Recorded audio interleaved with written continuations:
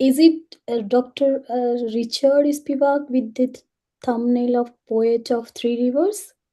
I am just a poet and Okay, artist. right. Because I was just wondering Oh, you're who. very kind to ask.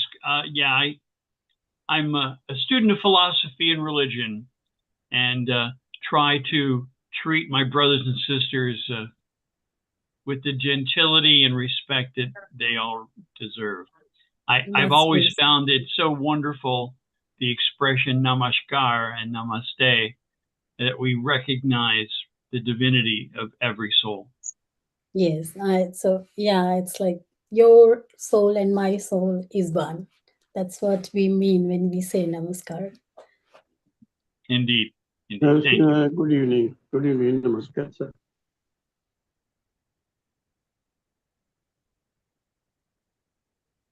Okay. Okay.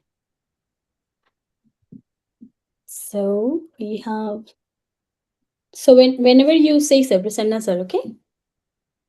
Welcome. Let me introduce you. Welcome to the poetry reading with Fatal Blinds. Good morning, good afternoon, and good evening, my dear friends. Happy Women's Day, International Women's Day. Today is being, we celebrate womanhood and the essence of women.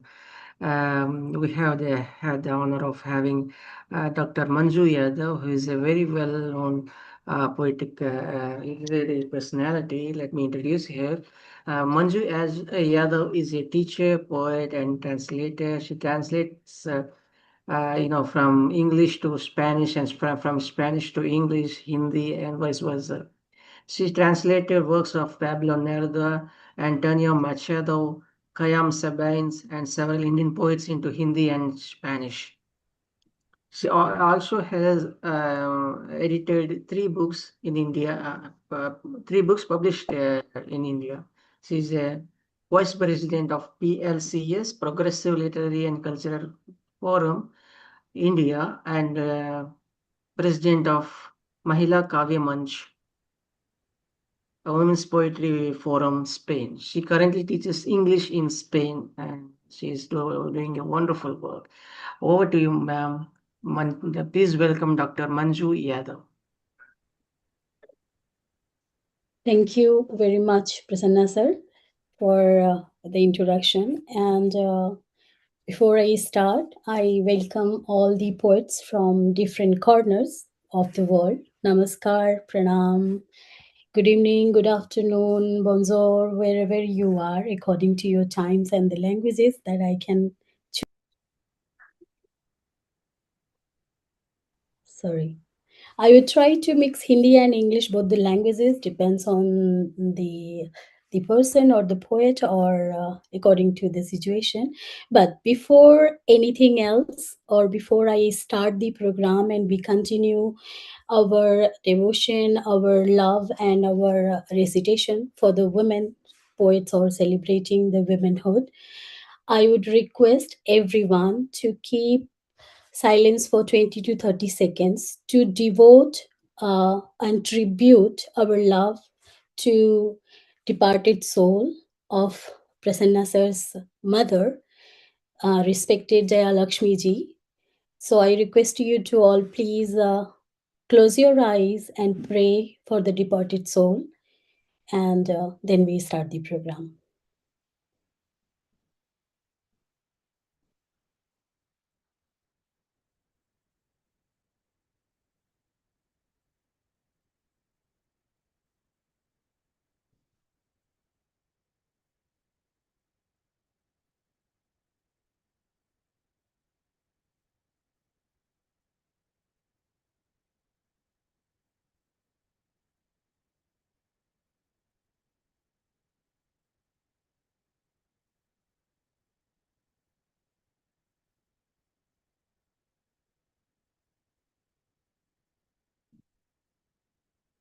Thank you.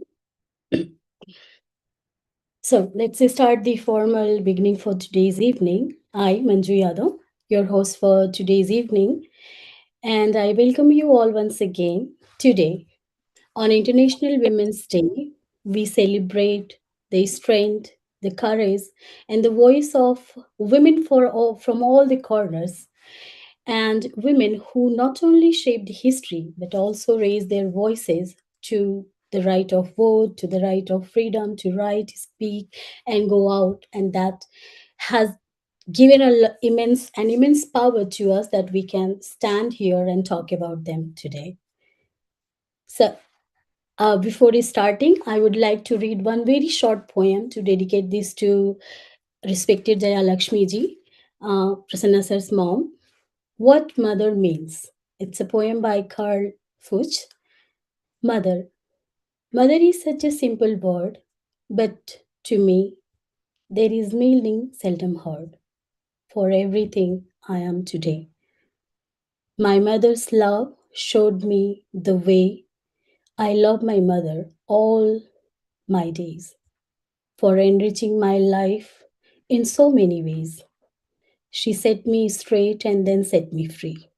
And that's what the word mother means to me. Thank you very much. And with this,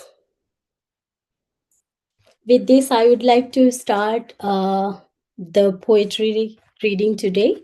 And I would like to invite respected A. Gopal Purdhani sir. Sir, welcome to the Fertile Brains reading for today's evening. Thank you very much, Manju madam. I'm grateful, and I salute everybody. I'm a soldier, ex-soldier, and I fought 3 wars. I have written enough, a total 17 books published, and I have written enough about the war and how we fought. Today, as a friend of mine said, you must start with Punjabi. Punjabi is a language, somebody said it's a very sweet language. But maintaining that, I would say Punjabi is a language which has got its own type, its own tunes and stories in the poem, the poetry itself. But it's also very, very romantic. And among so many types, there is one thing which is, commonly known as tappe. Tappe are two-liner, complete poem, two-liners. So I will try to recite few tappe of Punjabi. मैं अर्ज कर रहा कि सौन दे छराटे मेरे पिंडे तीर मार। सौन मंथ है जब बारिश होती है। सौन दे छराटे मेरे पिंडे तीर मार दे, जल्दी जवानी नू होर जाल दे, जल्दी जवानी नू होर जाल दे। काले काले बदलां च चांदी दी लकीर वे, काले काले बदलां च चांदी दी लकीर वे, मार दी जुदाई तेरी यादां दे तीर वे। गोरी गोरी वीनी उत्ते मंगा दा शिंगार वे, गोरी गोरी वीनी होती है ये हिफाज, जहाँ पर मंगे जिन्हें कहते वो पहनते हैं, लेडीज पहनते। गोरी गोरी वीनी उत्ते गंदा दा मंगा दा शिंगार वे, आंदा नहीं कलावे विच अज तेरा प्यार। आंदा नहीं कलावे, I can't embellish you enough। आंदा नहीं कलावे विच अज तेरा प्यार वे। पत्तियां, पौधे की पत्तियां जो होती है, पत्ते होते हैं, पत्तियां दे बुल्लां उत्ते तरसदी तरेल वे, पत्तियां दे बुल्लां उत्ते तरसदी तरेल वे। आजा रब्बा साडे सज्जनां नूं मेल वे, खेती साडी हो गईयां गंदलां जवान वे। गंदला एक साग है जो बहुत ही ज्यादा कॉमनली एंड पॉपुलरली बहुत स्वाद से खाया जाता है, बनाया जाता है। तो खेती साडे हो गईयां गंदला जवान वे, संभले नहीं जाते सातों अपने अरमान वे। खेती साडे हो गईयां कंधला जवान वे साਂਭੇ ਨਹੀਂ ਜਾਂਦੇ ਸਾਡੇ ਦਿਲ ਦੇ ਅਰਮਾਨ ਵੇ ਇਹ ਤਾਜੀ ਤਾਜੀ ਕੀਤੀ ਅਸਾਂ ਘਰ ਦੀ ਸਫਾਈ ਵੇ ਤਾਜੀ ਤਾਜੀ ਕੀਤੀ ਅਸਾਂ ਘਰ ਦੀ ਸਫਾਈ ਵੇ ਤੇਰੇ ਲਈ ਆਜਾ ਜੱਟਾ ਦੁਕਾਨ ਹੁਸਨ ਦੀ ਲਾਈ ਵੇ ਤੇ ਬੋਲਦਾ ਬਨੇਰੇ ਵਿੱਚ ਬੋਲਦਾ ਬਨੇਰੇ ਉੱਤੇ ਸਾਡੇ ਕਾਲਾ ਕਾਂ ਵੇ ਰਾਹ ਪਿਆ ਵੇਖਦਾ ਤੈਨੂੰ सारा ही गवां वे तो उसकी महबूब है वो बताती है कि राह पिया वेखदा सारा ही गुनाह है मिलन की चाहत के लिए नमस्कार thank you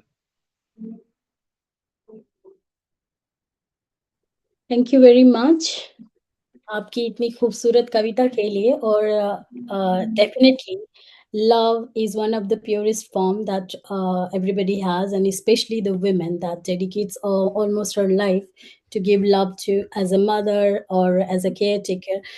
But the poem was really full of lots of imageries and symbols. Thank you for reciting such a lovely poem. Anybody would like to say anything about his poem? Ma'am, I could not understand the language, but the rhyming was really amazing. And It was in Punjabi. yes, ma'am. Yes, I can. I want to say a few words. Tappe is this is Madhu Sharma from United States. Tappe is a very popular form of Punjabi language, and Jagjit Singh, the famous ghazal singer, has made is very popular. If you go on YouTube, you will hear lots of tappes from Jagjit Singh. And these are usually in the question and answer forms, or in the, the girls ask the question and uh, uh, the boy replies to those Conversation. questions. It's Yeah. kind of Yeah, a that, conversation. And the mhm. similar form is also in Hindi, which is also known as Mahiya. So these are the similar form. I'm not sure if Punjabi also form any kind of like the uh, pattern. I'm sure there would be, but in Hindi, it's a set. It's written in the set words. Like in the first line, there have to be 12 matras. Second line, there have to be 10, and the third line 12. So it's only 3-line poem. well, that is in fact called rubai or kata kata Okay. in That Urdu is that those are For, different. It's for Maya. Maya tappes are like Maya. oh yeah Wonderful. It was like, yeah, I'll explain something. It was wonderful, sir. Sir, I like that. That's a kind of teasing in Punjabi, when there is a wedding or anything, any function or whatever. yeah So these yeah kind of songs are sung, and these are called teasing, small teasing from the boy side and the girl side, and that kind of songs. And these are called tappe. And ma'am was right that these are mentioned, and this was wonderful. ਵੀਣੀ ਵੰਗ ਤੇ ਤੇਰੀ ਵੰਗ ਵੀਣੀ ਜੀ ਬਾਂਹ ਤੇ ਤੇਰੀ ਵੰਗ vanga ਸਜਦੀ ਮੈਨੂੰ I like those Go- verses. Thank ਗੋਰੀ you so ਗੋਰੀ much. ਗੋਰੀ ਵੀਣੀ ਉੱਤੇ ਵੀਣੀ ਵੰਗਾਂ ਦਾ ਸ਼ਿੰਗਾਰ ਵੰਗਾ ਵੇ ਸ਼ਿੰਗਾਰ ਵੇ ਜੀ ਜੀ ਜੀ ਆਉਂਦਾ ਨਹੀਂ ਕਲਾਵੇ ਵਿੱਚ ਮੈਨੂੰ ਤੇਰਾ ਪਿਆਰ ਵੇ ਜੀ ਜੀ ਜੀ ਬਹੁਤ ਬਹੁਤ ਹੀ ਵਧੀਆ ਬਹੁਤ ਹੀ ਸੋਹਣਾ ਸੀਗਾ ਤੇ keep writing and shining sir बहुत अच्छा लगा कोई पंजाबी Thank सुनाता है तो अब आपने बोला तो वर्सेस मेरे भी दिमाग में आ गए कि मैं आज आपको फिर एक पंजाबी मैं भी गीत सुना दूंगी खुद से लिखा हुआ है खुद से लिखा हुआ मेरा गीत Thank you. Thank thank you you everyone thank you for so the much feedback. Let's carry on with our today's celebration. And before I call upon the next poet, I would just like to mention that India has been blessed with powerful women who spoke for change, just like Savitribai Phule opened the doors of education for girls and fought against the discrimination we had that time. And further on, Sarojini Naidu used her words, poetry, and her leadership to inspire our nation and advocate for women's rights. And later on, Pandita Ramabai dedicated her life to empowering the widows and promoting education for women. So for today, we are remembering all such Indian women, those who gave and empowered the Indian women, that we are celebrating and enjoying the education and the freedom we have today. And with this, I would like to take further our program, and I would like to invite, as he prefers to call himself, the lantern carrier. And the stage is yours, the lantern carrier. You're welcome to Fertile Brains Stays. All glory to Sarojini Naidu, all glory to Sita, and as you said, all glory to womankind. This piece is for my mother, the spirit of my mother. Today she wore no masks, just natural beauty, emanating its rays from a heart of towering love. I combed her hair lovingly, those gray strands reminding me of the silvery moon, of endurance, fortitude, of the many years of struggle. Her eyes, the seat of the soul, spoke of an empress of great resilience, concern, and self-giving amidst almost impossible odds. The glazed stain of the cataracts was still there, memories of a bitter wine called diabetes that tested the candle in her adversities, made her legs look like dark clouds reeling from the ails of neuropathy. I kissed her forehead, cheeks, and sturdy hands. They showed signs of a queen who was born to bear, to love, to pay a heavy price for loving.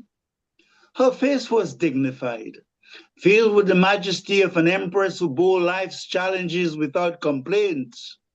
Yet the numerous invisible scars she carried showed in her gaze her merits waiting to be read in paradise for unstoppable and speechless acts of kindness of one who gave so much, yet asked for so little.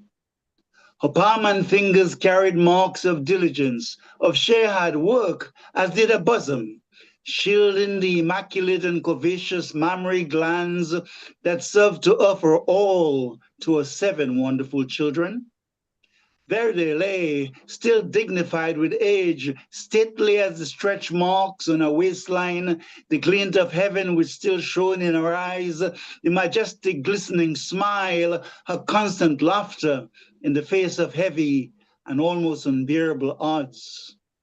I hugged her lovingly, and although she did not speak, she still had the gift of being able to use her hands, placing them affectionately on my shoulders, showing me the soul in her eyes, the gift of 10,000 streams of loving.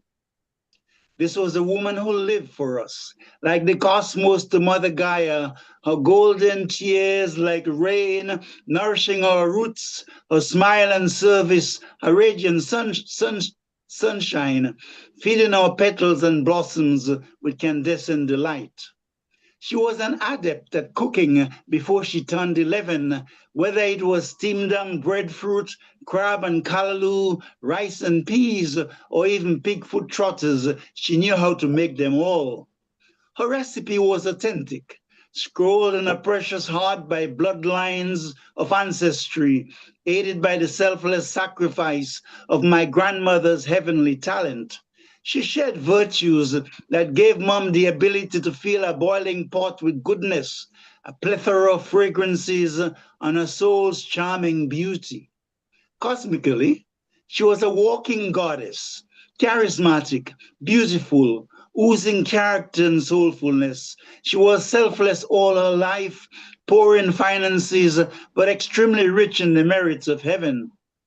She cooked with a zest and joyful passion that blended into the food we ate as siblings, a sparkler in her eyes, a gaze of loving concern for her children, like stars do to the celestial heavens. Perhaps it was the way she laughed or twirled her hips with confidence, her moonlit smile, gleefully dancing with the ingredients for crayfish and dumplings, Ugali fufu sadza, Grenadian style. Mama's humility permeated the ice cream can as she whipped, my stomach whispering entreaties for her to hurry her gift, for churning this sweet magic, which was gorgeously celestial in taste, delicioso. As were her pastries, coconut tarts, bread and butter puddings, a homemade ital drinks of sorrel, soursop juice and peanut punch, and my favorite sea moss in condensed milk. In this tropical paradise, we were never short of lime, pineapple, mango, or papaya juices, which were nourishingly cool and kept all our 7 children well hydrated. I looked at Mom endearingly, knowing that the spirit of her fire was with me, with us, that the dust of her life would linger long after she was gone, still paving our diamond paths for much brighter tomorrows. Love finally took my mother home, leaving a rich legacy of selfless deeds to follow. Heaven cascaded roses, while St. Peter and his divine minstrels blew their culinary trumpets loudly, some 7 times in paradise. Je t'aime beaucoup, nakupenda sana mama, medo wu papa. Ay. The Lantern Carrier, thank you. Thank you very, very much for reciting such a sweet poem. And I could feel you may remember, like, from grandmother passing the memories, Yes. the cooking skills, the culture, the love tradition and everything to the mom, and then everything coming to the memory alive again with all these beautiful memories. And also you said gives so much but asks very little. That's, I think, most of the part of the mother's life. That's the story. They give all the love but expect very little from the children. Thank you so much for reciting such a beautiful, lovely poem and dedicated to the mother and grandmother. And Thank you. Dhanyabad. धन्यवाद sir आपको. And if anybody would like to say, I just request, just keep it short, like 1 or 2 lines to appreciate, so we continue with the further proceedings. Brother Lantern always brings us such gifts. His wisdom shines. He is aptly lantern carrier. Thank you, brother. Thank you, Rick. Thank you. Thank you very much. And then let's continue.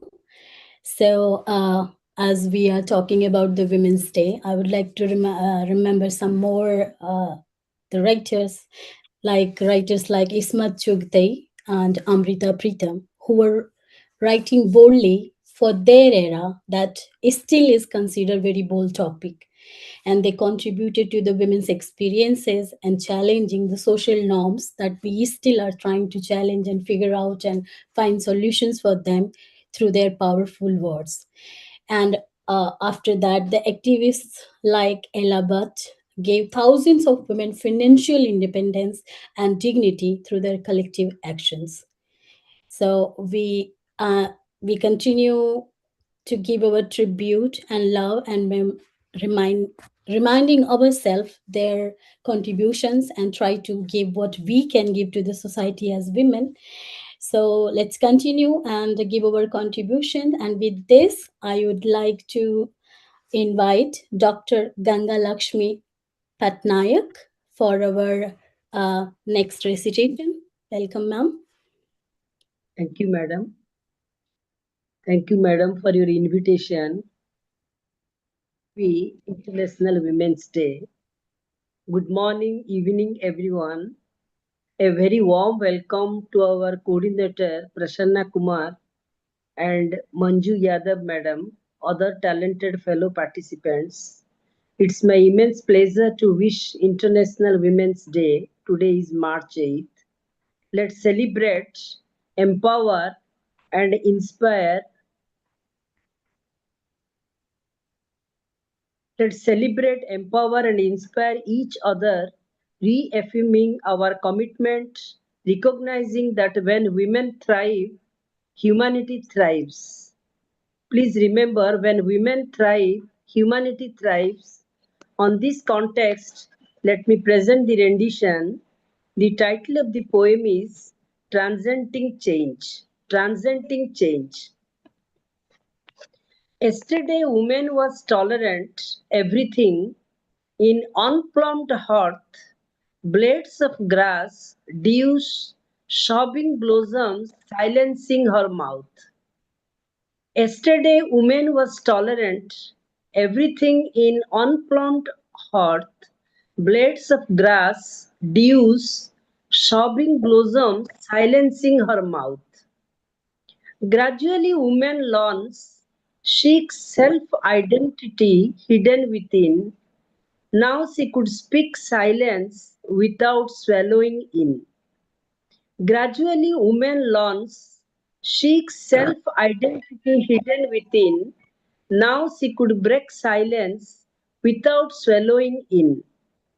Woman ignites her inner female fire, rejects inferior status, demanded equality, faces challenges, stands against criticisms. Women ignites her inner female fire, rejects inferior status, demanded equality, faces challenges, stands against criticisms. Withered twig takes the shape of tall oak tree, grows like light in all darkness, in all clime. Withered twig takes the shape of tall oak tree, grows like light in all darkness, in all clime. In essence, kind, confident, inspiring, bold, truthful, dedicated, honest, it is high time to show respect, the priceless ornament. In essence, kind, confident, inspiring, bold, truthful, dedicated, honest. It's high time to show respect, the priceless ornament. See in forms of mother, sister, teacher, gets dignity, has her untamed energy and separate identity in society. She, in form of mother, sister, teacher, gets dignity, has her untamed energy and separate identity in society. That is why, when address gathering, we say, ladies and gentlemen, with power, she takes civilization to tremendous heights in recognition. That is why, when address gathering, we say, ladies and gentlemen, with power she takes civilization to tremendous heights in recognition. From goddess Parvati, Lord Shiva gained power. Women reserved for appreciation. Think for a minute, what do women ask in return? From goddess Parvati, Lord Shiva gained power. Women is reserved for appreciation. Think for a minute, what do women ask in return? Thanks, poet. This is the end of my rendition. Thank you. Thank you very much for this cute poem. And I agree, like you said, celebrate, cherish, and inspire. And when women thrives, the society thrives for sure, because women is in the base, in the root of our society. So yeah, let's flow. Let's give a flow to her untamed energy and find her own separate identity. Thank you, Gangalaxmi ma'am, for reading such a beautiful poem. Anyone would like to comment?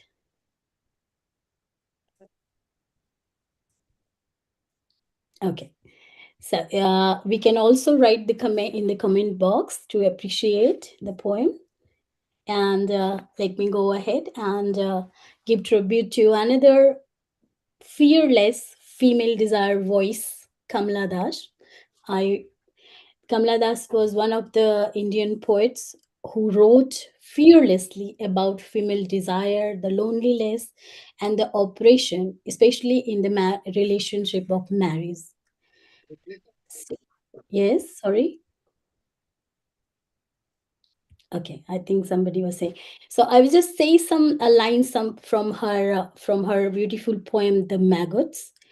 At sunset on the river bank, Krishna loved her for the last time and left. That night, in her husband's arm, Radha felt so dead that he asked, "What is wrong? Do you mind my kisses, love?" "No." And she said, "No, not at all." But she thought, what is it to the corpse if the maggots nip? I hope you understand. This is talking about the dead love in the bond of marriage, when you are not expressing the love, but only the physical intimacy is there, which is meaningless. Thank you very much. And then we go ahead with our next poet from the list. And I would like to invite Dr. Roopali Sircar Gaur. Welcome, ma'am. Welcome to the Fertile Brain Sisters. Dr. Roopali Sircar, ma'am. Thank you so much for inviting me to speak on this very special occasion. And also, it's a very special because, we are, in a sense, celebrating our foremothers, our mothers, because they have given us a legacy. And I loved the poem that Ranton Carrier, as you should have read. I was almost in tears because it was so graphic. Uh, while we so-called celebrate today, I would also like to think that instead of celebrating, we focus on women. We focus on our lives and we look at what is happening around us. I wonder if you're aware that there is a growing anger towards feminism now, and there is something called a mansphere, which is there on the internet, where young boys, adolescent boys, are being influenced, and there is a certain, a pretty large section of young boys who believe that the one way to settle anything in the domestic sphere or anywhere is with women is through violence. Now, this is something of concern. And therefore, even as we remember and celebrate those who managed to fly over the cuckoo's nest, there are things that are happening around us that is not new. So I have a poem that I wrote for a conference. It was called Follow the Sun by Bath University, and it's called The Mythic Woman Cross Culturally. Now, the poem draws similarities in the treatment of women in mythology and narratives cross culturally. The women mentioned in the poem are Sita and Surpanakha from the Indian epic Ramayana, Eve from the Old Testament, Atlanta and Circe from the Greek mythology. Chastity plays the most important role in defining them, and their defiance denotes their empowered selves. So, desire, as we talked about Kamala Das, yes, women's desire is something that is frightening, which needs to be curtailed. And because of that, there is this violence in across culture. So I'm just going to read this out, maybe a little longer than I should actually. I don't read long poems, but maybe a little longer. The mythic woman cross-culturally. Daughters of kings and sages. Now, this is very important to me that they were not ordinary women. They were actually very empowered women because their fathers and brothers and uncles were, kings and emperors, and there were sages and astrologers. Daughters of kings and sages, gods and goddesses, did what their womanhood bid them do, from self only seeking applause.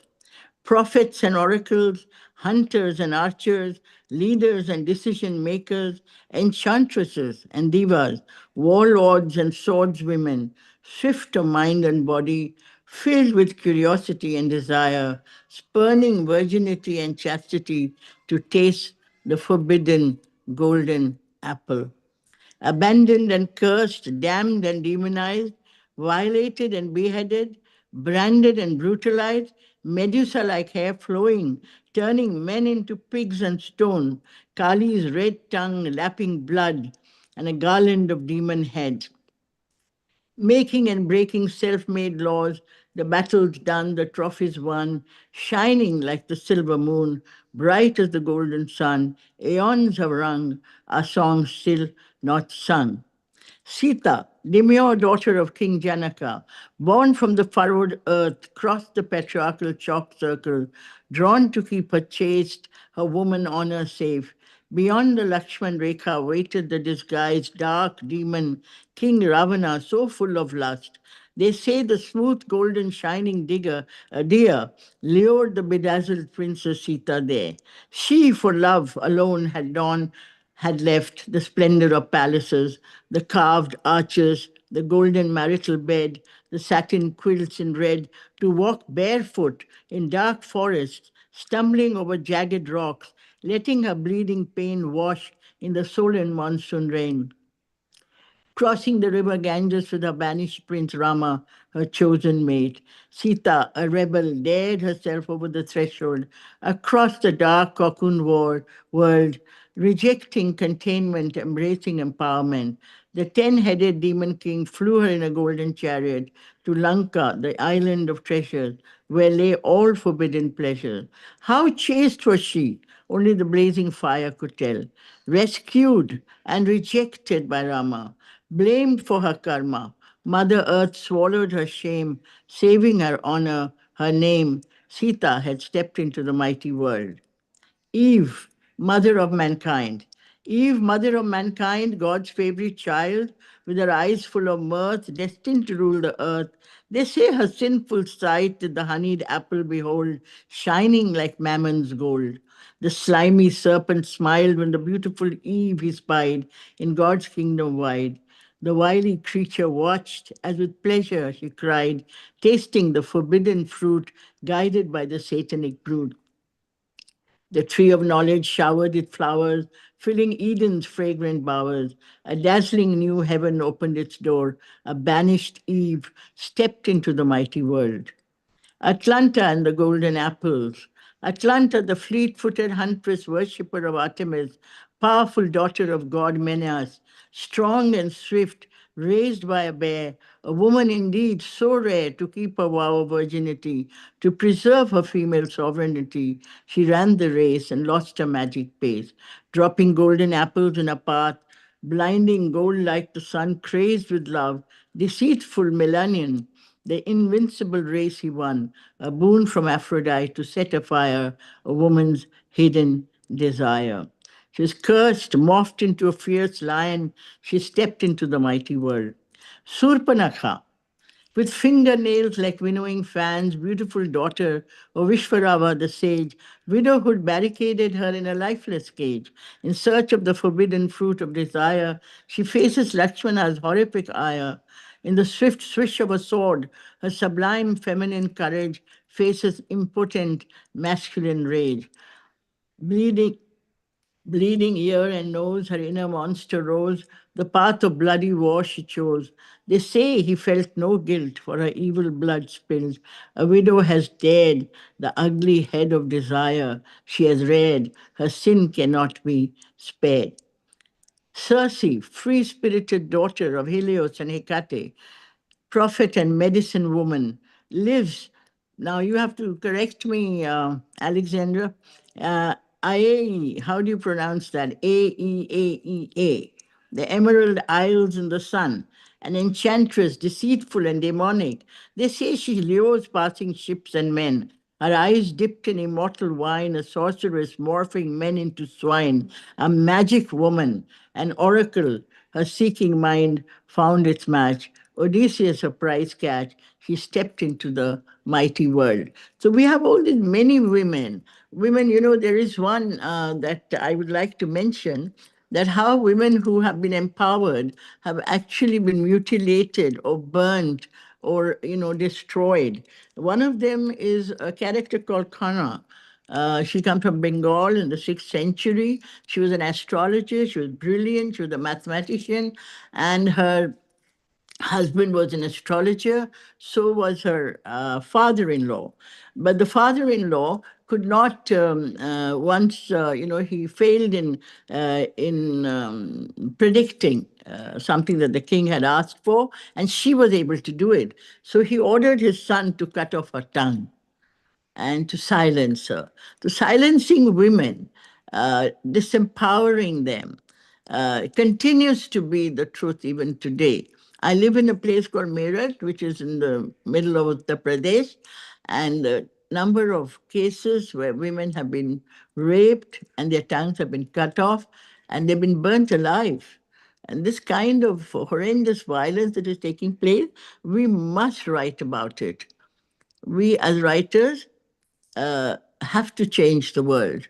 We cannot just keep talking about the sentimental part of women, the nurturing, the kindness, the softness, which is also very important.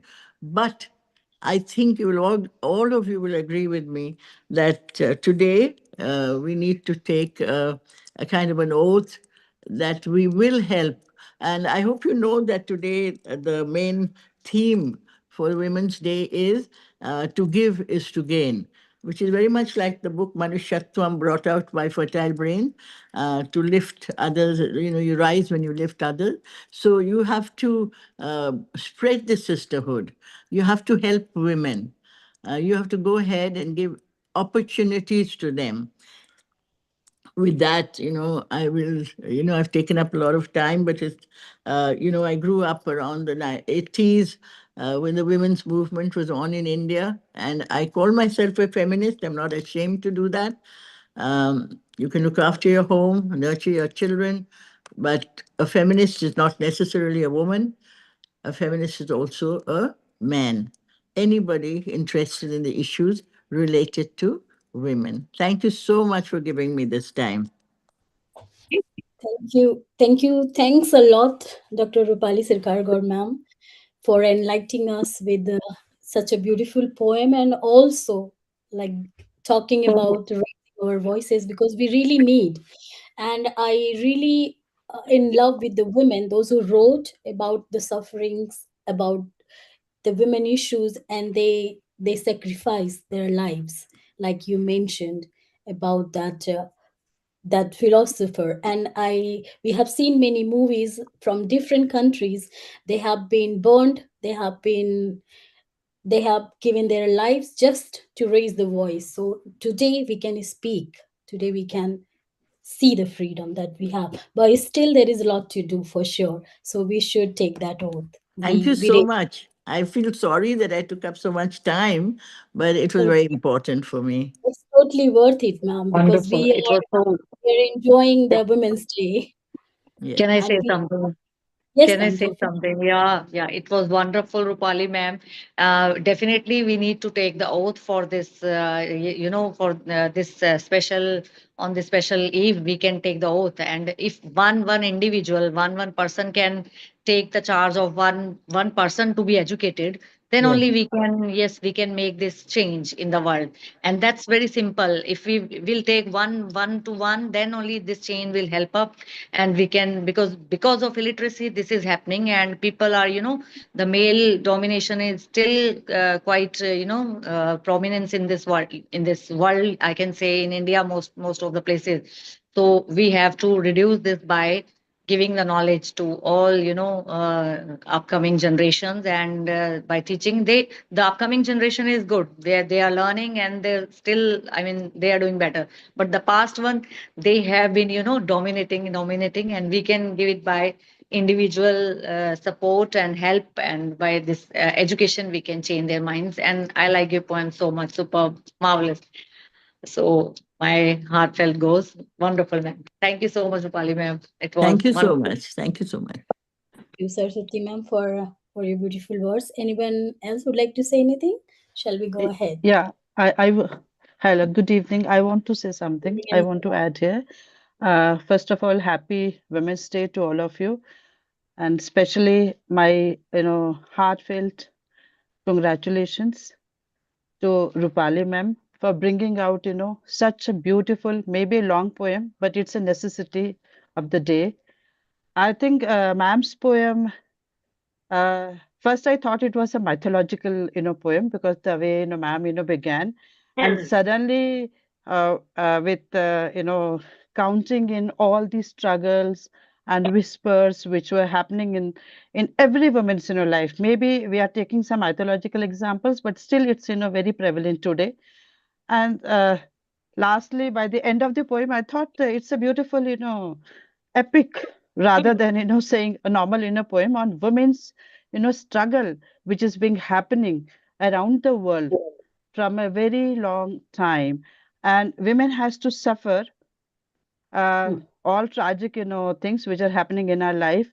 I think somehow the pillars, which are supporting us, maybe the male pillars, rather, I would say, because I'm not a truly feminist, as ma'am also, added that even men could be a feminist, because I think the pillars, which stand besides us, maybe father, brother, or husband, or friend, anyone, the male has to come into the scene to give us more of, rather, I would say, not strength, but wings to fly and to achieve our, dreams. Because strength we have, women have, naturally, they are more powerful than men because they bring in a new world into this world. But still, we need, those pillars so that we could, fly with our, dreams. So thank you, Rupali ma'am. It was a wonderful, poem. And the way you narrated, I think that really matters a lot. Thank you so much. Thank you, Dr. Anita. And yeah, like ma'am was saying, so I think Virginia Woolf, she said that a feminist is any woman who tells the truth about her life. So maybe we can change this to a feminist is any person who tells the truth of women's life. That could be appropriate in our situation probably. And thank you very much. It this poem has made us emotional, we can see that. And but we have to carry on for sure. So let's celebrate the womenhood with our next poet. And I would like to invite Dr. Janatha Ramanathan. Welcome, ma'am. Welcome to our Fertile Brains stage. Thank you. Thank you, ma'am. Thank you for inviting Well, me. And this is after so many months I am coming to Fertile Brains because of some personal inconveniences. And I'm so grateful to join you in this International Women's Day. Happy Women's Day to all of you. Wonderful, incredible women. And just I have taken a poem. This is an Eternal Light, a daughter's tribute. This poem is dedicated to all mothers, all who lost their mothers. I cannot think of your absence. It breaks my breath without warning. Every corner still waits for you. Every silence calls your name. I cry bitterly in the night, calling you, Amma, come back. My voice falls into empty space, yet my heart refuses to stop calling. The world continues without mercy, but I remain where you left me. The room still hailed as Amama's room. Your love still guards my days. I search for you in my daughter's smiles. For them, you became the shelter. Grief rises like an unending tide, drowning me into heaven comfort you gave. Amma, the ache has no language. Only tears know how to speak. Even now I call you back because your daughter never learns goodbye. Because your daughter never learns goodbye. Thank you. Thank you for this time. Thank you. thank you very much. Thank you very much, Janita ma'am, for reading this a memory, we can say, to the mother from a daughter. And I think no child ever forgets the mother, be a girl child or a boy child. We always remember the mother. And we also, in the like today, we give tribute to Prasanna sir's mother. So Yeah, that's like yes, yes, we never can forget.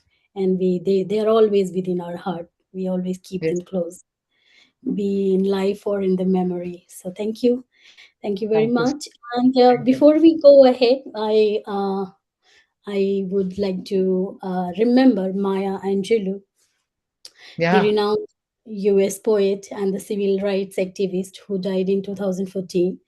And her poetry, as we know, is like a description of very intimate description of freedom, what it meant to her, and the role of personal voice as an element in her poetry for the women freedom and celebration. So I just read few of her lines from I Know Why the Caged Bird Sings. The caged bird sings with a fearful trill of things unknown but longer for still, and his tune is heard on the distant hill. For the caged bird sings of freedom, because they sing of the freedom, and we need that. And with this memory, we go ahead, and I would like to invite respected Shyamaprasad Patnaik ji for our next poet. Welcome, sir. It's good evening. Good and evening. International Women's Day to all dear poet friends. And we are here to celebrate this International Women's Day. For this purpose, I am going to recite one poem on women. The title of my poem is Women Vibrantly Splendid in Nature. Women Vibrantly Splendid in Nature. Women vibrantly splendid in nature perform multiple actions with perfection. Awesome performer of diverse roles as mother, wife, and sister. World wonders how women possess such boundless tolerance and patience. In India, women are considered replica of various divine goddesses. Women outshine male counterparts in both domestic and professional spheres. Women are true epitome of unconditional love, sacrifice, and kindness. Women are poets, emotions, provide soothing shades of love and affection. Women prove their mettle in science, technology, and space research. Working women are added bonus to family for their contribution. Educated mothers look after children's education nurtured by caring mothers. Women excel in many fields, becoming primary source of inspiration. Now they are seldom restricted to work in hazardous conditions. Women capable enough to protect land, ocean, and air. Their health, education, liberty should be our concern. Give them respect, love, sympathy, and care. And that is the end of my poem. Thank you for watching and listening. Thank you very much for reading the poem. Anyone would like to say anything about this poem? To my mind, Yes.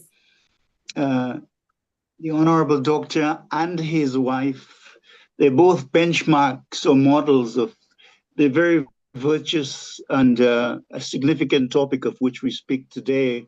And they've shown it not only today, but throughout the time on this platform since I've known them.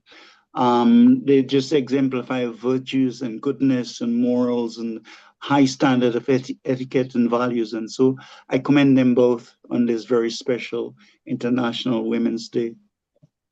Thank you, sir. Thank you. Thank you, Lanton Career, and thank you, Shamaprasad ji, for reading such a. Yes, ma'am. Please go ahead. I just saw you, Shalini. Shalini, ma'am, would you like to say something? I really don't know what else to say, because I think Lanton Carrier has said the most beautiful things. So I just congratulate them on this wonderful journey of theirs, and all the very best. Thank you. Thank you. Thank you. Thank you for your kind words. And with this, I would like to go ahead and just remember one more important figure in the literature and contribution for the women's writing, Eunice D'Souza, who is known for the sharp, ironic poetry about the Catholic upbringing. And of course, the religion has always been an important pillar against that has like not contributed in a positive way, but in more in the negative way, because the rules, the norms, the structures that we have, they always go back to the religion and restrict the women. So she wrote against that, and the patriarchy, and of course talking about the womanhood. So I will just quote her one line. She said, like, I have learned to spell my name without a father. So for her time, or even today, it's very important line that we can, a woman can write her name without any male figure in her life, which is still we are craving for. Thank you very much. And then we go ahead. I would like to invite Dr. Saraswati Poswal, because she, as she mentioned in the chat, she has to join somewhere else also. So, Dr. Saraswati Poswal, ma'am, you're welcome.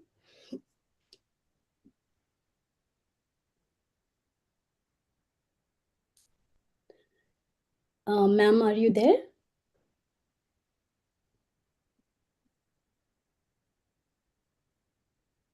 Mic is muted, I think.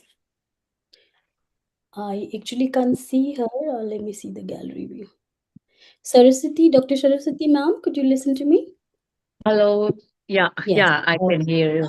I was not able to communicate. Net is troubling here. Actually, the light is troubling at my place. Sorry. Good morning, good evening, namaskar, sat sri akal, adab, salam to everyone. Wishing all my female friends present over here today, poetess around the world. A happy International Women's Day to you all. Have a wonderful, nice evening and morning, whatever there in your country. So I know you all are Sarojini Naidu. You can say you are a big writer. So Prabha Shastri ma'am is there, Roopali ma'am is there, I should say Molly ma'am is there. So their poems are versatile, you know, they write so fantastically. I'm truly, truly so much delighted with their influenced with their verse, and I keep listening if even if I'm not there, but I listen to them. So I'm not till that extent, but simply I write something and I'll present in front of you with my poem today, short one today. Thank you so much, Manjuji. You're taking up very nicely. I like the way you're picking up, all the stage and the hosting. Thank you so much. Wonderful. Thank you so much, K. Kumar Prasanna ji. Please, jaldi se aaye, get well soon, and please make yourself strong to, face the world. You have to, and you're very much, strong person. My best wishes are with you, and please come over. We want to see you, and we are missing you so much. Thank you so much once again for this platform you have given. Uh, let me start my poem. She is a woman. The one of my English poem is like this. She is a woman. This is very old poem of mine. This I'm going to present in front of you today. She is a woman of liberal world. She is a woman of liberal world. She is profound slumber of sea. She is a profound slumber of sea. She is like a vast sky. She is like a nature embracing and enriching every soul. She is like a profound slumber of sea. She is like a vast sky. She is a nature embracing and enriching every soul, making adorable, gentle, and smile. She is strong like mountains, standing and confronting every debate of life, improving arguments. She can mend every broken piece. She can mend every broken piece. Nothing is unreviewable. She never denies, accepts the challenges. She is sublime in the highest pinnacles of life. She is today's woman. She is budding soul. She believes in serving, either love or hatred. Choice is yours, not mine. Strong is her gut feeling and intuitions of her are very high. She articulates everything with the grace. Choice is yours. She is a woman of a liberal world. This was my very old poem I've selected today for this special day in 2014, and this was selected in Naso International for first selected poem as award in among the top third. So this I shared with you because it was in memory somewhere. So I thought to recite. Now I'll go with one Hindi poem. Hope you like it. नारी हूँ नारी हूँ सारे परिवार को प्यारी हूँ नारी हूँ सारे परिवार को प्यारी हूँ निभाती पूरी शिद्दत से मैं अपनी जिम्मेदारी हूँ, निभाती पूरी शिद्दत से मैं अपनी जिम्मेदारी हूँ, ना आने देती आँच किसी पर, ना आने देती आँच किसी पर, साची प्रीत निभाती हूँ। घर सारे का भार मुझ पर, घर सारे का भार मुझ पर, रसोई का सारा कार्य भार मुझ पर, अपने घर की रानी भी मैं कहलाती हूँ, अपने घर की रानी भी मैं कहलाती हूँ। सबके स्वाद के अनुसार ही भोजन मैं बनाती हूँ, सबके स्वाद के अनुसार ही भोजन मैं बनाती हूँ। सबके आराम का ख्याल मुझे ममता से सबको सहलाती हूँ, सबके आराम का ख्याल मुझे ममता से सबको सहलाती हूँ। प्रेम की डोर के बंधन सारे बखूबी निभाती हूँ, प्रेम की डोर से बंधन के सारे रिश्ते बखूबी निभाती हूँ। हिसाब करूं तो पूरा करूं, हिसाब करूं तो पूरा करूं, पैसे एक एक पैसे पर भी अड़ जाती हूँ, एक एक पैसे पर भी अड़ जाती हूँ। भूखा ना किसी को सुलाती हूँ, नमक मिर्च का ध्यान रखूं, नमक मिर्च का ध्यान रखूं, मसालों का भी माप रखूं। आने ना दूं आँच किसी पर, ना दूं आँच किसी पर, पूरे परिवार का ख्याल रखूं। तो नारी हूं मैं, पूरे परिवार की प्यारी हूँ, शिद्दत से अपनी मैं सारी जिम्मेदारी निभाती हूँ। दिस वॉज माई स्मॉल वाह। Poem. Thank you so much, धन्यवाद बहुत बहुत आपका। सभी को बहुत बहुत प्रणाम, और आप सभी को आज नारी दिवस की बहुत बहुत बधाई। Thank you so much. Thank you very much, Saraswati ma'am, for telling the life of women. We can say in general, Yeah. नारी हूँ, मैम शिद्दत से सारी जिम्मेदारी निभाती हूँ, एंड दैट्स ट्रू। और नारियां जब वर्क फील्ड में गई हैं तो भी वो जिम्मेदारी उतनी ही जिम्मेदारी से निभा रही हैं। मैम हाँ, थैंक ये यू सभी वेरी मौजूद हैं, आप भी हैं, सभी मौजूद हैं यहाँ पे, और सभी इसी तरह से अपने अपने कार्य क्षेत्र में सभी उसी तरह से कार्य कर रही हैं। और जी ठीक है, according to time we are changing also, जो समय चल रहा है उसके मुताबिक हम लोग बदल भी रहे हैं, बदलाव भी जरूरी है। वी हैव टू जी accept the change also. So Saraswati ठीक है, मैम। पूरे। Yes yes please, yes sir. Ma'am आज मैं फेसबुक पे आपका ये पोयम सुन रहा था, एंड मैं अभी क्लास करके वो पोयम सुन रहा था। मेरे को नहीं पता था कि मेरी मम्मी पीछे खड़ी हैं, ठीक है। और मैं वो पोएट्री सुन रहा था। जैसे ही मैंने वो पोएट्री आपकी खत्म हुई तो मम्मी ने मेरे सर पे एक स्लैप दिया कि सीखो, कुछ सीखो, देखो। इतनी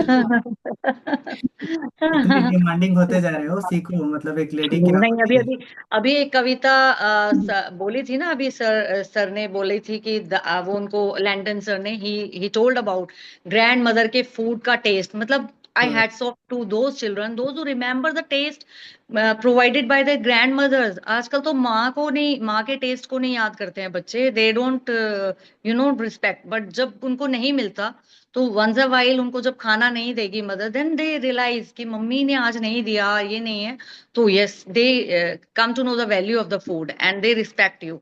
तो वो पुराना जो गेस्चर है, even I am there, I remember the taste of saag of my nani's hand, and that was so delicious. We are just talking about the foods, but people, ऐसे लोग भी हैं इस दुनिया में जिनको खाना ही नसीब नहीं होता, जिनको नाना नानी का प्यार नसीब नहीं होता, हमें खाना मिलता। तो we should be grateful, and we should have a gratitude in our feeling for each and everything, every moment, everywhere.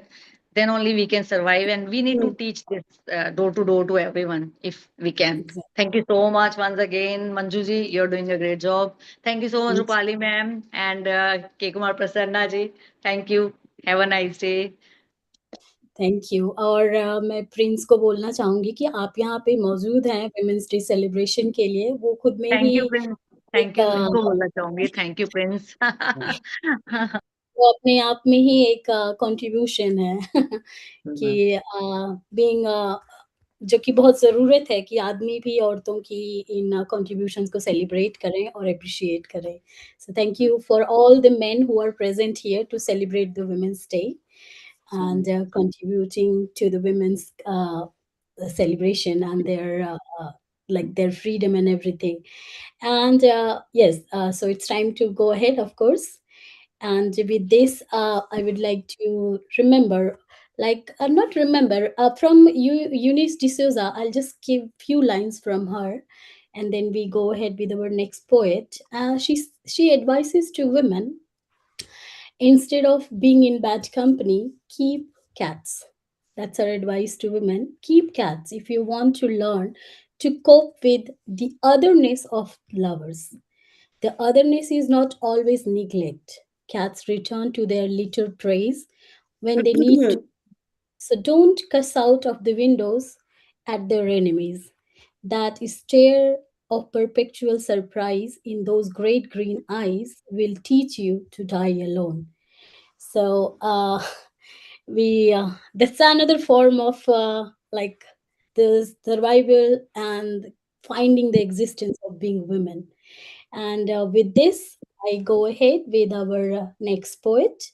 And I would like to invite respected Mausumi Halder ma'am for our next poetry recitation. Welcome, ma'am, to our Fertile Brains stage. Thank you very much. I am Mausumi Halder from Haridwar, Uttarakhand. And today is International Women's Day. So I'm wishing everyone a very happy International Women's Day. My immense gratitude to Kumar Prasanna sir and the Fertile Brains for giving me this opportunity for recitation here. And big thanks to you also. And today I'm going to recite a poem regarding warriors and saviors. So we must see a warrior in everyday women. So the title of my poem is The Various Avatars of Women Warriors. In our everyday life, we encounter many stories. In our everyday life, we encounter many stories, but our strife get lessened by the contribution of women warriors often. Whether she is a homemaker or a professional, a woman's life has always been very multidimensional. Whether she is a homemaker or a professional, a woman's life has always been very multidimensional. Sometimes we ignore this fact, but we must know that the truth always remains intact.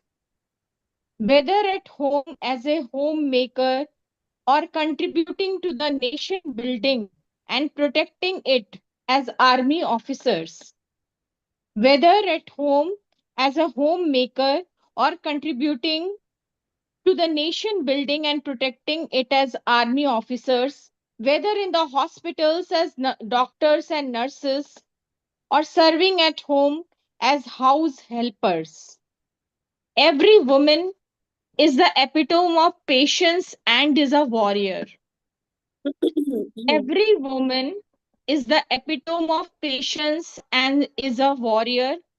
In a timely, she saves everything and everyone with her deeds, capabilities, and endeavors. We must respect all the women warriors in our everyday life as they inspire everyone and lessen our strife. We must respect all women warriors in our everyday life as they inspire everyone and lessen our strife. Thanks everyone for listening. Now I am going to recite one Hindi poem on occasion of International Women's Day. The title of my poem is नारी से ही है जग का अस्तित्व. नारी से ही है जग का अस्तित्व. नारी है प्रतीक प्रेम और धैर्य का. नारी है प्रतीक प्रेम और धैर्य का. वो अपनेपन से जीत लेती है दिल सभी का.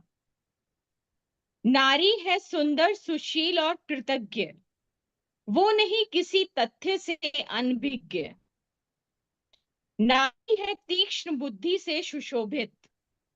नारी है तीक्ष्ण बुद्धि से सुशोभित. वो करती है सभी आश्चर्यचकित. चाहे फिर हो वर्तमान या अतीत, नहीं होती नारी किसी से भयभीत. नारी है दयालु और सहनशील.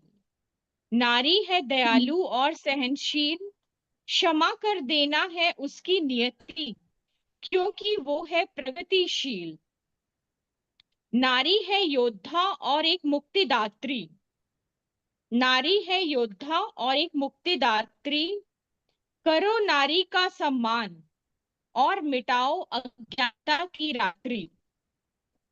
हो नारी का इस संसार में उज्जवल भविष्य, हो नारी का इस संसार में उज्जवल भविष्य, ले हम शपथ इस महिला दिवस और प्रतिदिन और सदा बने रहें एक आदर्श मनुष्य। हो नारी का इस संसार में उज्जवल भविष्य, ले हम शपथ इस महिला दिवस और प्रतिदिन और सदा बने रहे एक आदर्श मनुष्य। धन्यवाद। Thanks everyone for listening my poems. Thank you. Thank you very much, Mausumi ma'am, for joining and reminding us to be others person in our life, to be an ideal person in our life, be it man or women. And with this, we take it further. And of course, when we are talking about Women's Day and women and freedom and the struggles and everything related to women, we cannot forget remembering Virginia Woolf. Adeline Virginia Woolf, who was an English writer and one of the most influential 20th century modernist writers who helped to pioneer the use of stream of consciousness. Also, like the best writing was like A Room of One's Own, where she said, a woman must have money and a room of her own if she is to write a fiction. But I think if any woman has to write about her story or about her life, she should have a room of one's own. And with this, I take it further, and I would like to invite respected Richard Spivak for presenting his poem to the Fertile Brains stage. Welcome, sir. Thank you so very much. It's an honor here to be able to present my work on this most important Women's Day. I think, truth be told, many men are jealous of the power of women, of the resilience of women, and I think that's a big part of why so many men don't understand the miracle that is women. So I have this little poem for International Women's Day. Woman in all her disparate disguises, she's always rich in wisdom's surprises, keen and thoughtful, shy or bold, her story will ever be told as her dreams unfold. On the playing field or in the lab, she earns so many victories with her strong, deft hands, a ready helper, a crafty weaver, sculptor, studious and focused, or dreamy and lovely as the drifting lotus, young and inquiring, or mature, sage, and yet still beguiling. Women, all this and more, we stand in awe, eyes filled with love, our helpmate from above, our eyes always filled with love, rich in heart, wise in the ways of humanity, teacher, helper, visionary artist, and always the gateway of life. Its tides and eddies, its tumultuous currents, and quiet ripples. We salute women. Thank you. Thank you all. And then this little one, a little bit about love. I call this Give a Poet. Take a poet to lunch, crunch. Gosh almighty, they'll love you, oh, so very much. Take a poet out to dinner. So soon you'll see, quick, you'll prove a winner. Take a poet to your bed, he'll remember every sparkling word you said. Give a poet a great dessert, she may well decide you're worth a flirt. Take a poet to a lovely movie, before too long you'll be feeling nice, sympathetic, and every kind of groovy. Take a poet to a show, oh my gosh, your eyes will surely glow. Make a poet a tasty breakfast, pretty soon you'll find you're enriched in rapturous pleasures, confessed and blessed. your comfy nest. Take a poet out to tea. Oh, how joyous, happy you will be. Take a poet for a drive. My darling, you will smile and laugh till dawn, and then in full joy and laughter you will thrive. Take a poet for a stroll. You'll discover a charming wit that's droll. Take a poet for a drink. You'll get their worldview quite succinct. Pour a poet a cup of coffee. She will shower you with kisses sweet as maple toffee, and your conversation will be gentle and lofty, and afterwards you'll be given a second round of sweeter coffee. Make a poet a nice big salad. He will sing you, bring you a folksy ballad. Butter up a poet's toast. He will love you up the most. Thank you. Thank you. Thank you, Richard Spivak, for this humorous, lovely, cute poem and quoting the dreamy, lovely, mature, yet still beguile figure of the women. And also rich at heart, definitely. We are. We are very rich at heart, but wise in mind. We are. Thank you for figuring out and pointing out and saying it here aloud. Thank you very much. Anyone would like to say anything, or shall we go ahead? Oh, yes. Just loved, loved your second poem. It is so delightful, and I think it makes you feel on cloud nine for being a woman. And I think it's the most wonderful quality to celebrate the men who see all these myriad precious qualities in a woman. So I think hats off to you too. And both your poems are absolutely beautiful. So thank you for reciting them and sharing them here. Thank you. Very much. Thank you. So we go ahead with this, and of course, with this, I would like to also remember Frida Kahlo, if we remember, a Mexican poet artist who who dedicated all her portrayals that came from her personal pain, but it was dedicated to womanhood, the passion and the boldness and the vibrant color she uses to portray the figures of femininity and the womanhood in her paintings and later on in her writings also. And she also said, like, in the end, I believe that we don't need to do anything to be loved. We spend our lives trying to seem prettier, smarter, but I realize two things. Those who love us see us with their hearts and attribute quality to us beyond those who we really have. So loving ourselves is the first thing. If we love ourselves as a women, we're gonna develop the qualities, we're gonna develop the characteristics, establish ourselves, and everybody, those who love really the characters, the personality will be in our lives, will choose to stay in our lives. So thank you. And then with this remembering Frida Kahlo, we go ahead and invite our next poet. And I would like to invite Prince as our next poet to recite his poem. Prince? Thank you so much, ma'am.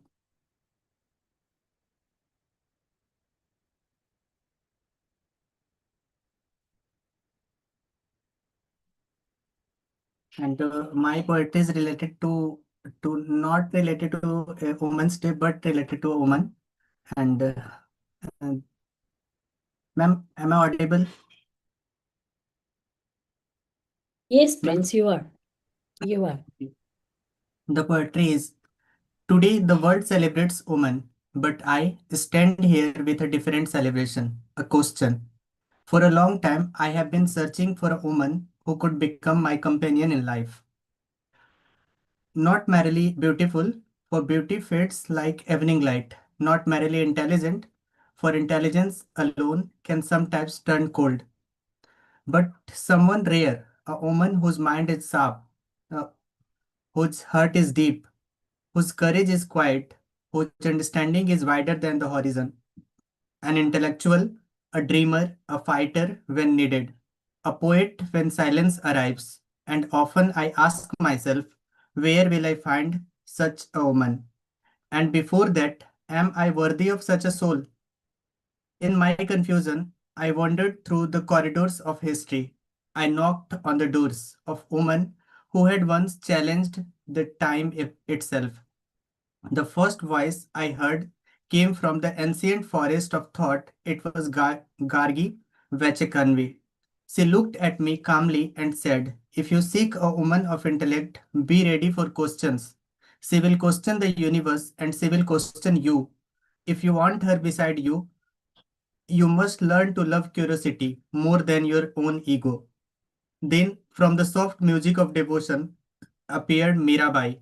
She smiled gently and said, "The woman you seek will know the depth of love. But remember, true love is not possession. If you want her heart, let your love be free, like a song that refuses cages." Suddenly, the sound of horses and battle echoed through time. Before me stood Rani Lakshmi Bai. Her eyes were fire. She said, "The woman you seek will not be fragile. She will walk beside you, not behind you. If you wish to stand with such a woman, kill the cowardice within yourself." Then, room filled with quiet blue glow. A scientist bent over invisible mysteries. Marie Curie. Without looking up, she said, "The woman you seek will curious about the universe. She will ask questions that may disturb your comfort. If you want her love, do not fear her brilliance." Then a soft philosophical voice rose. It was Simone de Beauvoir. She said, "Do not imagine the human you seek as fantasy shaped by you. A woman is not born to fulfill your expectations," says someone who must become herself. Soon another figure approached, carrying books instead of weapons. Savitri Bai Phule. She spoke firmly. "The woman you seek will not only love you, she will also care about the world. If you want such a companion, walk the path of justice." Then the sky itself seemed to open, and from the stars of descendant Kalpana Chawla, she said softly, "The woman you seek will have dreams larger than the larger of life beside her." Then, like a whisper of poetry from Rita Pritam, her words felt like rain. She said, "The woman you seek will feel the pain of the world deeply. Respect her sensitivity. For sometimes the strongest hearts are the most fragile ones. And then another gentle voice arrived. It was Virginia Woolf. She said, "The woman you seek will need space for her thoughts, a room for her own, and if you want her in your life, never imprison her freedom." One by one, this woman of history stood around me. Philosophers, poets, rebels, scientists, and dreamers. Their voices formed a quiet storm of wisdom. Together they said, "The woman you are searching for is not hiding in some distant world. She exists somewhere, reading a book under a dim light, working late in laboratory, writing poems no one has read yet, fighting quietly for justice, or simply waiting for someone worthy of her soul.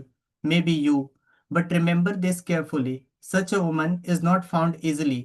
Before you search for her, you must build yourself.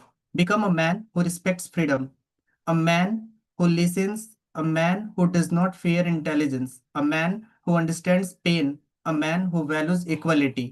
Their voices slowly dissolved into the silence of time, and I stood alone again. But I was no longer confused. I realized something simple yet profound. The woman I seek is not a mystery. The real mystery is whether I have begun the journey to become the man she deserves. Perhaps one day, when I grow into that person, when courage lives in my decisions, when compassion shapes my words, when respect guides my love, somewhere in the vast world, she will also be walking toward me. And when we finally meet, it will not merely be love, it will be the meeting of two long journeys, two independent minds, two free souls, choosing each other, and maybe the quiet moment will be the truest celebration of woman this world has ever known. Thank you, ma'am.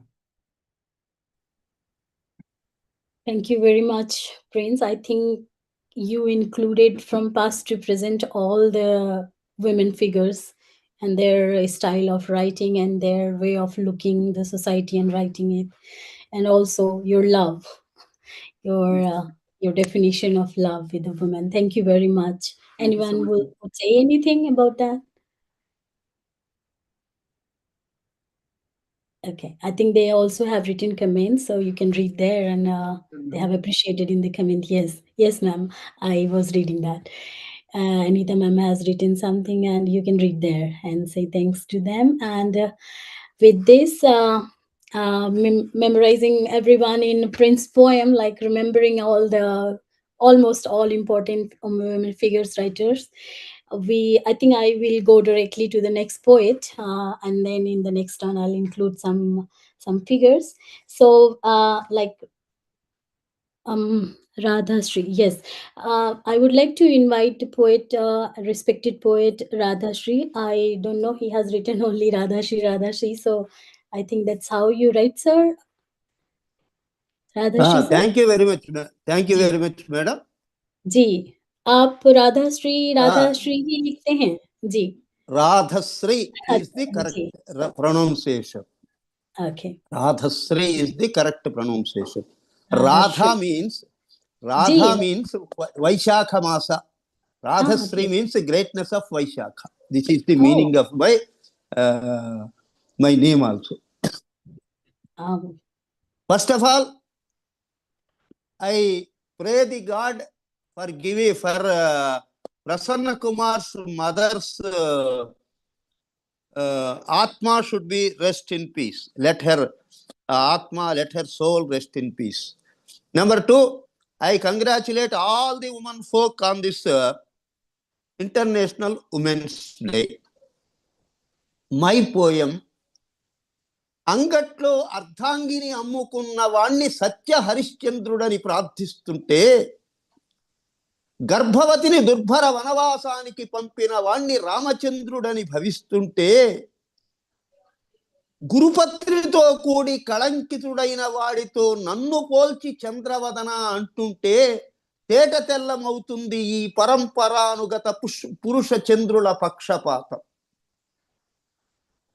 స్త్రీత్వానికే slow poison ఇచ్చి నాకు లేని మనస్తత్వాన్ని నాకు అంటగట్టే ఈ పురుష చంద్రుడు ఒక నాగమ్మనో, ఒక చానమ్మనో, ఒక ఇందిరమ్మనో కలుచుకుంటే గొలుచుకుంటే, గుండె గుడిలో నిలుపుకుంటే నాలాటి అభాగినులకు కోటాను కోట్లకు ఒరిగేదేమిటి, జరిగేదేమిటి? నేను పుడుతున్నాననగానే నా జన్మకు కారణమైన వాడు భ్రూణ హత్య చేయడానికి సిద్ధపడుతున్నాడు. స్వతంత్రంగా బతకాలనుకున్న నన్ను చూచి సమాజం డోకు కేకలతో, జోకులతో హసిస్తున్నది. స్వతంత్రంగా ఉన్న నన్ను చూసి ఆఫీసరాసురుడి డోకు జోకులు, లేకి కేకలు విన్నంటుతున్నాయి. నేను లేనిదే మీరు లేరని చెబుతున్నా, చిమ్మేసిన చివురిస్తున్నా, సహస్ర జ్వాలా తోరణ మాలికలను మాంగల్యంగా ధరించి ఈ లింగ విచక్షణ లేని సమాజం కోసం తిరిగి పుడుతున్నా, నేను లేనిదే మీరు లేరని చాటి చెబుతున్నా. Meaning of this poem is, I am very much worried about the people who are telling that they are worshipping ladies and they are worshipping Satya Harishchandra, who has sold his wife in the market.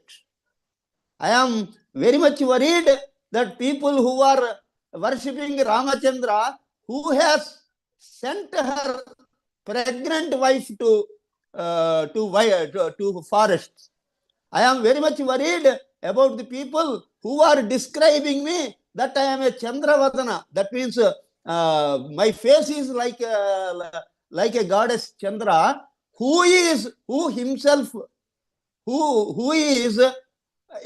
has wrong connections with the wife of his guru. So these are the people, they are telling they are so much worried about the women's folk.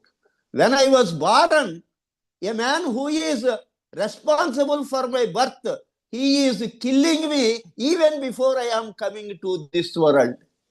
I want to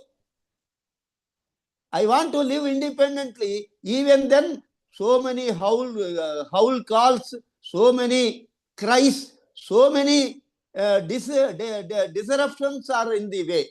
These people will worship one Indira Gandhi, one Chanamma, one Mallamma, and what will happen to people like me who are a very, very common, natural woman?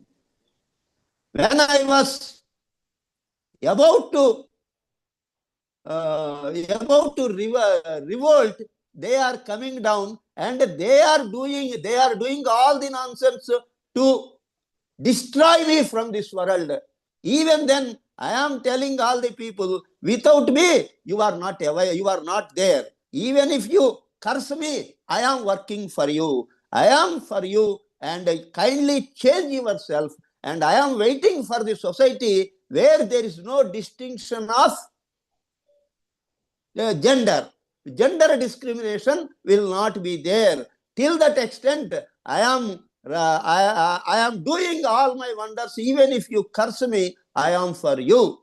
This is the meaning of this poem. A woman is telling about all these things. This is the poem, madam. Thank you. Thank you. Thank you very much, Radhashri ji, for talking about the common women, and that's what we all are trying to do. We are all trying to write in our voices in different languages, and we are also fighting at the social level to get the equality, and that's the fight all about. And we are thankful for the men, those who are contributing to this fight and struggle, like my poem has got state level first prize, madam, for this. 20 years back it was written. Now I am 68. When I was 48, I have written. This has got state level award. Thank you. Thank you. Thank you. Yeah, I mean, 20 years ago, it would have been even of more importance than we can read today, definitely. So, congratulations for Thank for you. those Thank you. 20 years. Thank you. Thank you. Very much. Thank you. And we just recall through Radhashri's poem, Sir, about the common women, and the similar kind like we found in the poetry of Amrita Pritam, a very strong female figure in the Hindi and Punjabi belt writing, who wrote about the female identity. And she did not only write, she also lived. That's most important thing about her. I really like that she also lived what she was writing. She was living that, and she openly talked about and lived her love life, her sexuality, and enjoyed it. Like Rupali ma'am was also saying that the taboo of virginity and the taboo of the female being virgin and celebrating her sexuality is still questioned. So she was doing that. She was like living what she wanted. And I would just say few lines from, like, two lines that is like I always like. As Akha Waris Shahnu Kito Kabra Bichobol. I'm not a Punjabi person, but I tried. Where she tries to recall the legendary poet Waris Shah, and she's trying to request to witness the suffering of women. That is like the partition time and everything. If we have watched the Pinjar movie and everything, that period, to witness how the women was suffering during those. So be it a war, be it a partition, be it social different circumstances, it's the women and also the children, those who go first for any kind of violence, and they face it very, very rigorously. So she was trying to invoke and requesting to see that. And with this, and we are really thankful to such poets, those who wrote about such sufferings. And with this, I go ahead with our next poet, respected Alexandra Poswal. That I think I'm pronouncing it correct. If not, please correct me. Alexandra, are you here? I think I can't see her. So I think I can't see her. So I'm going ahead. Can anybody see her here? No, right? Okay, so then No, I don't see her now. yeah, me too. So I go ahead. I saw her. She joined 2, 3 times and left. So maybe she has some network issue or something. But then we have to continue. So I continue with our next poet, Diane Murray Ward. Respected Diane Murray Ward, please join the stage. And please let me correct me if I pronounce somebody's name not correctly, or is there any mistake or something. Hello, good day. Thank you so much. I am coming in from New York City. I mentioned the NGO CSW. It's in the chat with the United Nations. Of course, we're starting this next 2 weeks is our annual conference, and the Committee on Women. Annually, we continue to try to strive and strengthen the work of international women. And of course, we cannot do this without men. So we encourage the inclusion of young boys and men so that we can address the many, many issues that women still face internationally. I'm going to read 2 pieces, one by the poet Genevieve Ray, who recently died. This is from her book, Free Roaming Adult Woman. Her name is Genevieve Ray. Please pray for her. And then I'll read a piece that is mine. Genevieve Ray. The title is My Mother Should Be Decorated in Diamonds. I used to hate Mother's Day cards. Singular symbols never cover the glory of my mother. Her strength was never shown in the stick figures with brown bobbed hair. I found myself in constant vexation. I watched her and saw one of the world's most beautiful women. Truly beautiful women have the minds for argument. Her wisdom could never be lauded with fresh flowers. My mother is rarely wrong on anything. My teenage tantrums were forged from trying to shape myself from her fine mold. No one wears diamond earrings like my mother. Her shining complexion lends the stone its glow. It glistens like a single star in a promised galaxy. Her warm hands have cultivated breathing roses, raised 2 baby girls, full women. You are blessed when my mother worries. My mother's beauty and her self-respect should have their own specific word. You've not seen my mother on the dance floor in red. Her well-poised shoulders hold up deep opera. She encourages pure courage with mahogany and purple framed lips. And then she writes, my personal mission is to be as regal as my mama. And that was Genevieve Ray. Please pray. She recently died, and remember her spirit. This piece I'm going to read, it's very short. It's in my book, Two Braids and a Bang. And the title is The Pieta Twice Beheld Her. As you know, the Pieta is a famous marble statue of the Virgin Mother holding her child, Jesus Christ, after he was crucified and he was brought down from the crucifix. And this is about a woman who, both of her sons, she raised them to be peacemakers. And when they were both in individual skirmishes with other people, she asked for peace. Just walk away. And they were both killed. They were the peacemakers, and they were both killed. The Pieta twice beheld her. The Pieta twice beheld her in its marble grasp. Taken from her breast and thigh, beheld them both in mind and spirit, both too young to recognize the legacy they left behind to mother, friend, relative, and child. Friends of the family may arise and linger for a while. Through seasons, this never changes, for both lives beheld their mother sainted. She drew them both and gave them hope in a world devoid of a lasting scope. Bearing ever that pyre of burning desire to hold and hear them again, release, release, and teach us, my dear, for you of his greatest makes you revered. And unfortunately, it's nonfiction. Thank you so much. Thank you.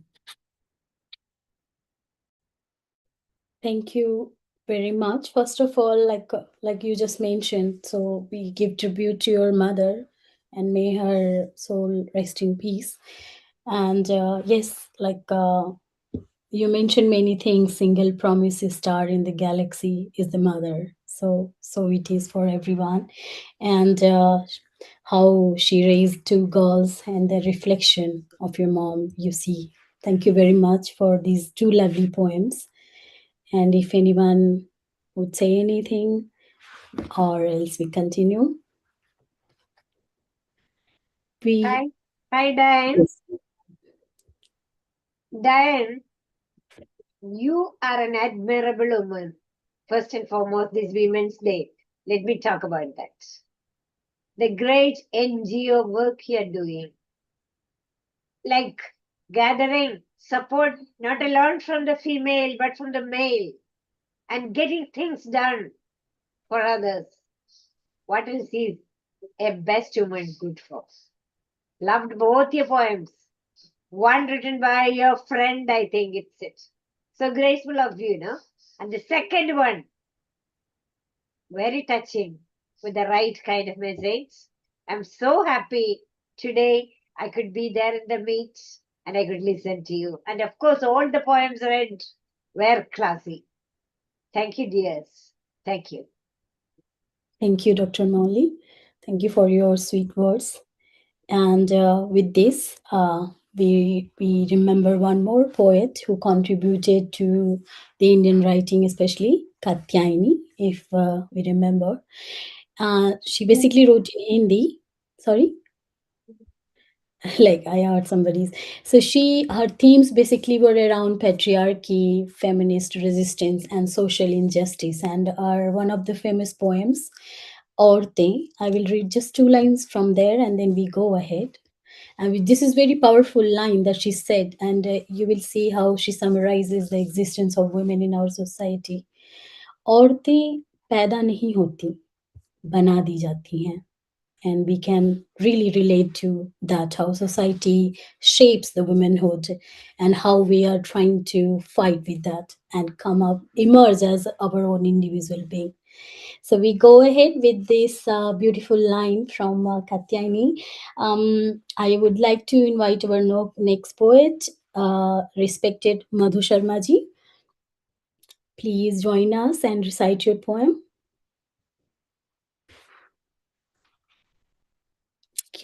Do we have Madhu ma'am here?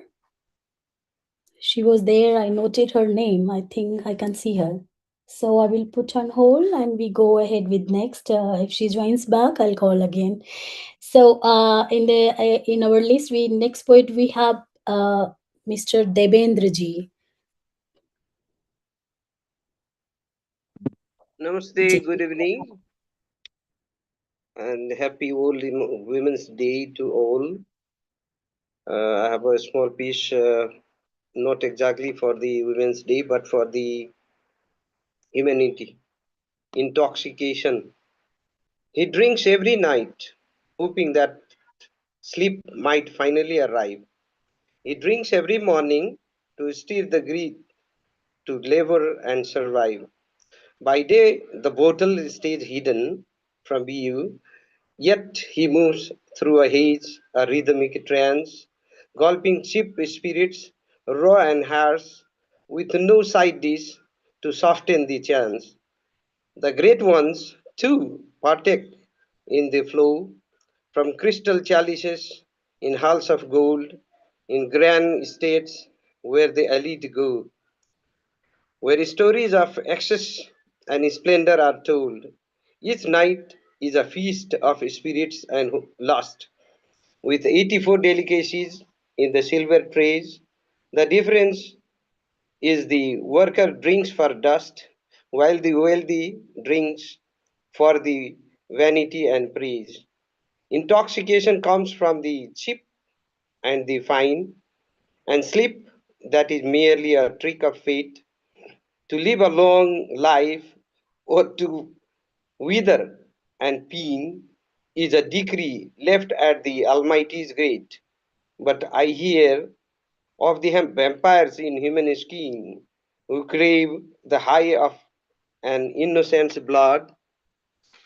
In many disguises, they revel in sin, to hoard and to pile through the and flood. Do they gather it all just to leave empty handed? Even the beast hunts with honest intent, lapping the blood that nature demanded. A predator's hunger openly spent. But the wicked man and the tyrants of old suck the life of from the weak in the dark of the night, trading the souls of the brave and the bold for a shadow of power hidden from light. Tell me, tell me the cheap wine, the vintage, the rare, or the wine pressed from the veins of the poor. Which one brings us stupor beyond all compare? Which one offers bliss at its every core? How long can the high of wealth and might, of vanity, glory, and crown truly stay before the soul vanishes into the night? Victory to humanity. Thank you. Thank you very much. Hey, somebody is saying something. Did somebody try to say something? I just okay. Thank you very much, Devendra for such a remember invoking the humanity and trying to remember that we all are human. And anyway, I can feel disturbance. I don't know it's because of mine or Maybe from my side. Sorry for that. no, it's okay. I was just trying to figure out. I could feel that. Thank you very much. And with this, we go ahead and we. I remember one poet who is alive, Anamika ji, who wrote, who also won Sahitya Academy last year. I think last year, yes. And her poetry that is dedicated to the female autonomy, the domestic labor, and the problems caused through that, and the women's identity, questioning and finding out the women's identity through her poems. And her one of favorite poem that I have is like Istri Hona, being female, where she says Istri Hona ek abhyas hai, being female is an exercise जिसे समाज रोज करवाता है, that society makes you practice every day. So like we can see the pattern of the female writers, how they are continuously like talking about the existence and the society and the female clash in our especially in India, I must say. But I live in Europe and I can see it's not completely demolished or abolished in European countries too. So I think so is the experience those who live in different other parts. We are still fighting everywhere. So the pain and suffering and the clash between female, women and society is still the same everywhere almost. And with this, I would go ahead as Dr. Shamenaz requested. She has to go for some important word. So please forgive me. I just take the poets, those who have some work and they want to leave a bit early. So I would like to invite Dr. Shamenaz to recite her poem. Dr. Shamenaz, welcome to our platform. you so much. Before beginning my verse, I want to congratulate and happy Women's Day to all the women around the world, and also to all the supportive men who are supporting us in our work and deed. And Manju has just read one line of Amrita Pritam Aaj Akha Varis Shanu. I have taught that book poem in English, and I remember some line like ਅੱਜ ਅੱਖਾਂ ਵਾਰੇ ਸ਼ਾਨੂ ਤੇ ਕਬਰਾਂ ਵਿੱਚੋਂ ਬੋਲ ਤੇ ਅੱਜ ਕਿਤਾਬੇ ਇਸ਼ਕ ਕਾ ਕੋਈ ਅਗਲਾ ਵਰਖਾ ਕੋਲ ਇੱਕ ਰੋਈ ਥੀ ਹੀਰ ਤੂੰ ਲੱਖ ਲੱਖ ਵਾਰੇ ਵੈਨ ਅੱਜ ਲੱਖਾਂ ਤੀਆਂ ਰੋਂਦੀਆਂ ਤੇ ਵਾਰਿਸ ਸ਼ਾਨੂ ਕੈਨ means it was about the partition. During partition, it was women who have suffered a lot, because if any war happened, wars are fought on the bodies of women. It is women who suffers, they are raped, and during partition there are lots of women from both sides of the border who were raped. So, and nobody, all the male writer have wrote about the sufferings of calamities different types, but nobody wrote about the woman. So it was left for women like Amrita Pritam to write. So she requested Waris Shah, the famous Sufi Punjabi poet from Punjab, Sufi poet from Punjab, to rise from his grave and write the suffering of the woman, because he was the one who experienced the suffering of Heer. So there are lots means in every girl of Punjab is called as Heer. So now lots of girls of Punjab are crying. So there should be nobody is writing for them. So it should be Waris Shah who can write. So I will be reciting a poem about a woman, means in Hindi, in my native language. It is about मर्दों को कहाँ भाती हैं. Bhati is a local dialect word which means pasand. I hope if some people from other part of India are not familiar with this word, bhati means pasand आना. मर्दों को कहाँ भाती हैं मजबूत निडर और बहादुर औरतें. उन्हें तो बस भाती हैं कमजोर डरपोक और मजलूम औरतें, जिन पर वो अपनी मर्दानगी दिखा सकें, उनको जिनको अपने आगे झुका सकें. मर्दों को कहाँ भाती हैं आंदोलन करती औरतें, सड़कों पर अपने हक के लिए आवाज उठाती लड़ती जूझती औरतें. उन्हें तो बस भाती हैं हर वक्त मुस्कान बिखेरती हुई दर्द में भी मुस्कुराती औरतें. मर्दों को कहाँ भाती हैं हुकूमत करती औरतें, उनके आगे फक्र से सर उठाती औरतें. उन्हें तो बस भाती हैं हुक्म मानती गुलामी करती औरतें, जो उनके हर जुल्म को सह सके, उनकी हर बात को मान सके. मर्दों को कहाँ भाती हैं बोलती जवाब देती औरतें. उन्हें तो बस भाती हैं खामोश शांत औरतें, उनकी हर माने, उनकी हर माने को अपना धर्म और कर्तव्य समझे. So we see lots of women in different fields, but still the criteria of the society's patriarchal society is same. They want women who are not very strong. They want women who are weak, fragile, and docile. I hope all the women around in this session will agree with my words, because mainly most of the men, I'm not generalizing, most of the men, they like women who are very meek, fragile, and docile. They don't like strong, courageous women. Thank you. Thank you very much, Dr. Shamenaz. And yes, definitely, like we see that even with today's social context of Instagram and Facebook and all these social platforms, where the women are trying to speak and say what they have to, they have been tagged at many abusive words because they are trying to speak. So yes, our society is gonna take a lot of time to accept those outspoken and very strong women, but we are fighting.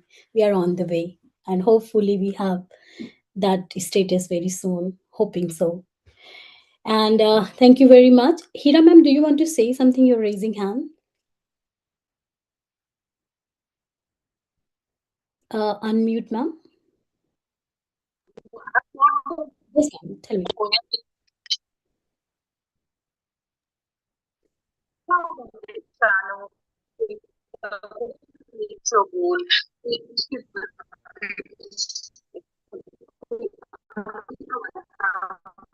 I'm really sorry, ma'am, but your voice is really not very clear. It's very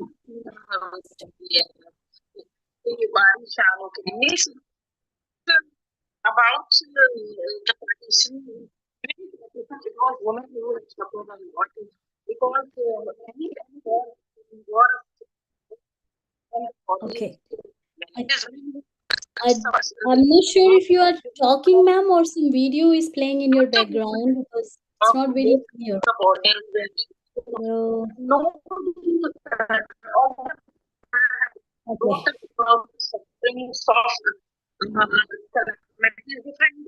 But nobody thought about the I think she's playing the video. Hiram Nawaz, ma'am, can you please mute yourself? I request you to mute, please, because you're playing the video in the background. Thank you. Thank you very much. Thank you. We were thinking that you're saying something, but it's the audio in the background. Thank you very much. And with this, again, I will remember one more poet called Kishwar Naheed, who's writing about like gender oppression, of course, and resistance against patriarchy. And her one of the famous and favorite poem is like Hum Gunahgar Aurte. She says, हम कहती हैं कि हम गुनाहगार औरतें हैं जो सच बोलती हैं. Women, we are guilty simply for speaking truth against the oppression that we are facing through. So Kishwar Naheed also writes about the female oppression and the patriarchy and the social taboos. And with this, I go ahead. I can't see Sneha Goel here, so I would like to go ahead with our next poet, a respected Prabha Shastri ma'am. Prabha Shastri ma'am, welcome to Fertile Brains Stays. Thank you. Good evening to everybody. Thank you very much to invite me, Manju, madam. I will read one Kannada poem. After that, I will read in Telugu, my mother tongue. Amma, Amma, Amma, Neenu Devate. Amma, Neenu Devate. Nanna Janma Date. Nanna Janma Date. Janma Karini. Vijnana Murti. Sahana Siilavati. Sahana Siilavati. Tyaga Swarupini. Tyaga Swarupini. Katta Karma Nine. Bandhakkagi, Kutumbakagi, Huttida Divya Deepti.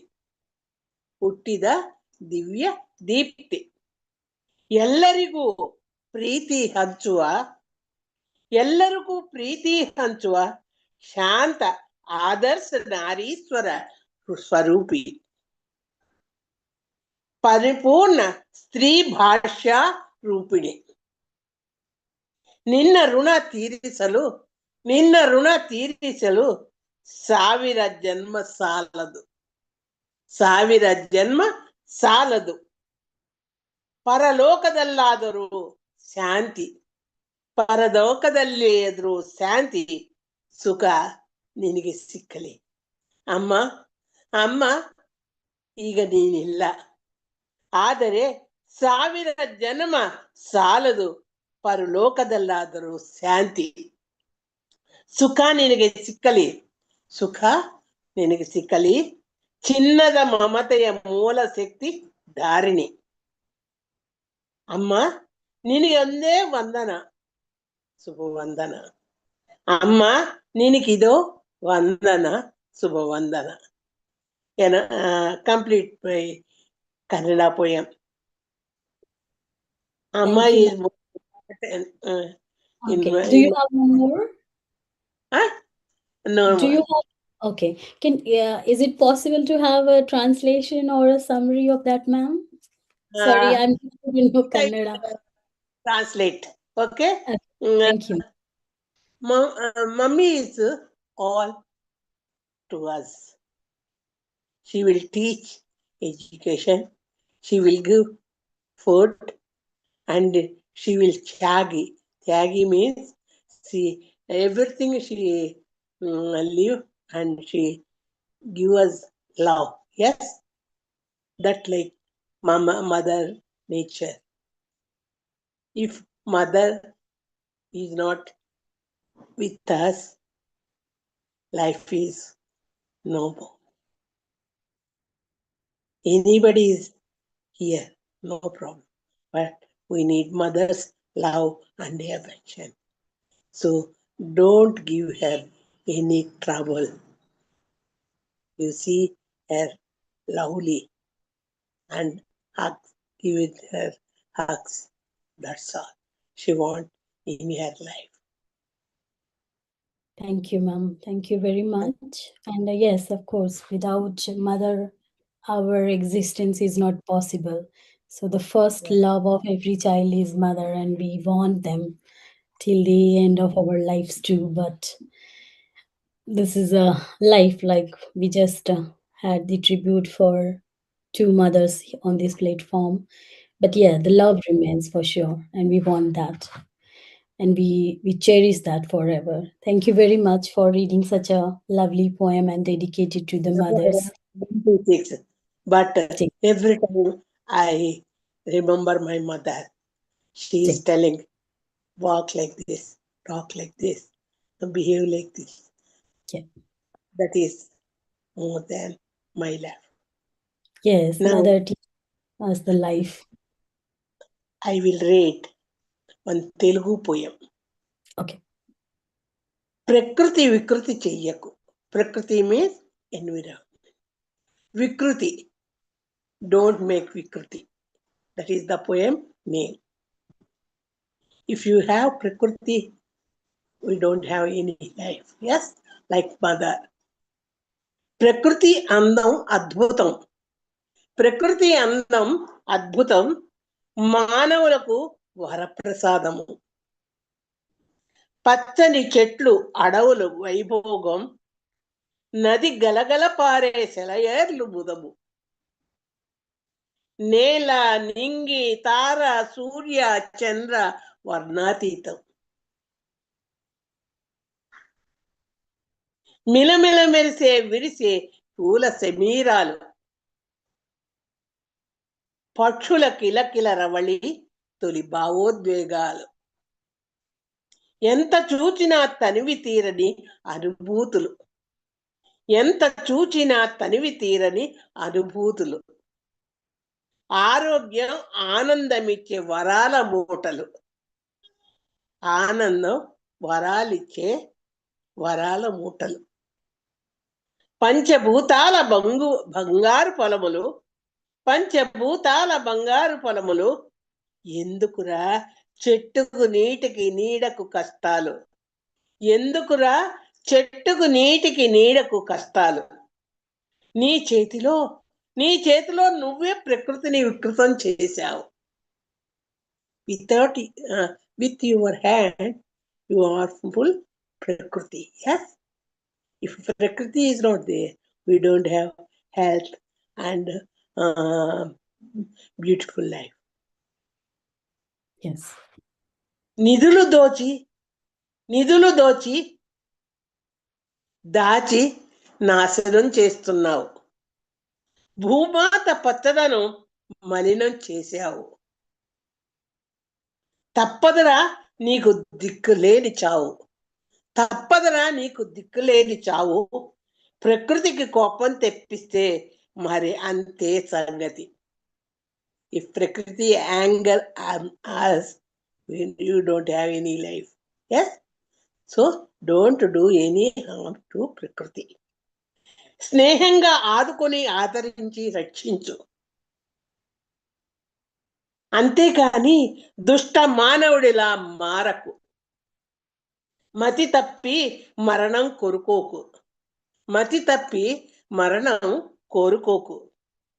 జీవనాధారం సంజీవిని ఆకృతి. Sanjeevini, Lakshmana bring like that. We have our Prakriti Sanjeevini. ప్రకృతి సౌందర్యం వికారం చెయ్యకు. అమ్మ ఒడిలో హాయిగా జీవించేలా సాగు. అమ్మ ఒడిలో హాయిగా జీవించేలా సాగు. That is my poems, madam. Thank you to give me such a pause. Thank you very much for remembering mother and the mother nature also. Yes, definitely. We need mother nature around us. And I think we all need to breathe. We need mother nature. To live on, we need the mother nature. So yes, definitely. Thank you. It's a really beautiful poem. And Thank with you. this, thank you. Thanks for joining and reciting such a beautiful poem. And with this, I would like to go ahead and invite our next poet, respected Heera Nawaz ma'am. I think, ma'am, you have joined from laptop now, so there Am will I be... audible? Am I Yes, audible? audible clearly, perfectly. Yes, I joined from my laptop. I'm so sorry. Some noises were coming from my phone. I have to get it repaired. I'm so sorry. No problem, ma'am.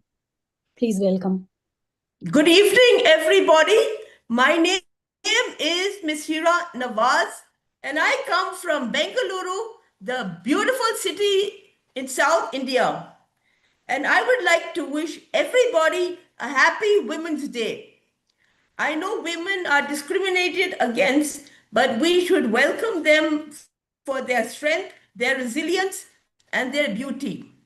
And on this occasion, I would like to say a very sad condolence to our brother Prasanna Kumar on the loss of his mother. Rest in peace, Auntie. You are a great mother, and wonderful to remember you on Happy Women's Day. So I'm going to read a poem entitled I Am a Single Woman. This is because even though I'm 65 years young, I'm young at heart, but 65 years, I am still single. So this is a poem I wrote from my heart, and I hope you'll all appreciate it. Why is man's world meted out to me so unfairly? Is it because I'm vulnerable, I'm a woman, or I'm single? Why these dark, staunch, cutting discrepancies that slash my soul when I start to mingle? No, I'm not winking coquettishly, nor am I trying to flirt. I just want a sensitive companion to whom I can talk. As I inquire, not into gossip nor lewd affairs, but of a mind enriched with literature after a healthy walk. For yes, like a diamond, I sparkle. And why I said diamond is because my name Heera means diamond in Hindi. I have no desire to elicit for myself pity or attention. But being single, I'm grateful for a roof, clothes, and food. No time to worry about the richest idiosyncrasies, nor beat myself up for being a woman, crass, and crude. I am the golden gender of the disgruntled and distraught, the middle class woman who accrue less wages, but yet break their backs for laborious work done. I'm grateful that as a writer, I just have to fill history's pages. For yes, like a diamond, I sparkle. Being a single woman, I evolved into one fiercely free, to be astute enough to make transactions with taxes and bills. For a single woman cannot borrow money easily, for society would banish her beyond civilization's mighty hills. Single women like me should strike a chord of independence and the necessity of knowing one's physical and emotional health, for which schedules of diet and exercise should be in place, making me a staunch survivor, not a pursuer of bland wealth. For yes, like a diamond, I sparkle. As a single woman, I know I must be the complete package. By facing inevitable loneliness and frustration by prayers to God, and thereby eliminate fear and trenched heartbreak, and instead, being a single woman, try to follow in the footsteps that Mother Teresa trod. Every step I take is scrutinized, my life an open book. I endeavor to be a woman of substance without fears, for my every anxiety or stress factor is magnified tenfold. Maybe the only thing comprehensible are my heartfelt tears. And yes, like a diamond, I sparkle. And yes, I too want a Harry like Meghan Markle. So on this occasion, I would like to wish all the women out there, the single women, married women, the widows, the unmarried, the divorcees, all the women for their great courage in living a life courageously. And I salute you for your courage. I salute you for your strength. And I salute you for all that you have done. And on this occasion, I would also like to say, I haven't been a very nice person. I have had a misunderstanding with a gentleman I knew. So I have resolved to just phone him up and say, I'm sorry for the way I treated you and the things I said. I hope you will forgive me. Thank you. Thank you very much, ma'am. And I hope you feel okay. I want to add something. Heera Yes, ma'am. ma'am, Manju knows me very well, and even Anita Sharma ma'am knows me. I'm also a single woman. Being single is itself a being courageous, because you, without men, you are living and you are doing all the thing on your own, what a man would have done in your life. So being single is being courageous enough. So I think one should not be feel sorry or something like that. One should feel proud being single. Thank you. Actually, I'm actually proud to be single, even though people have people keep asking me, especially my relatives, aren't you married yet? But I say no, I'm happily single.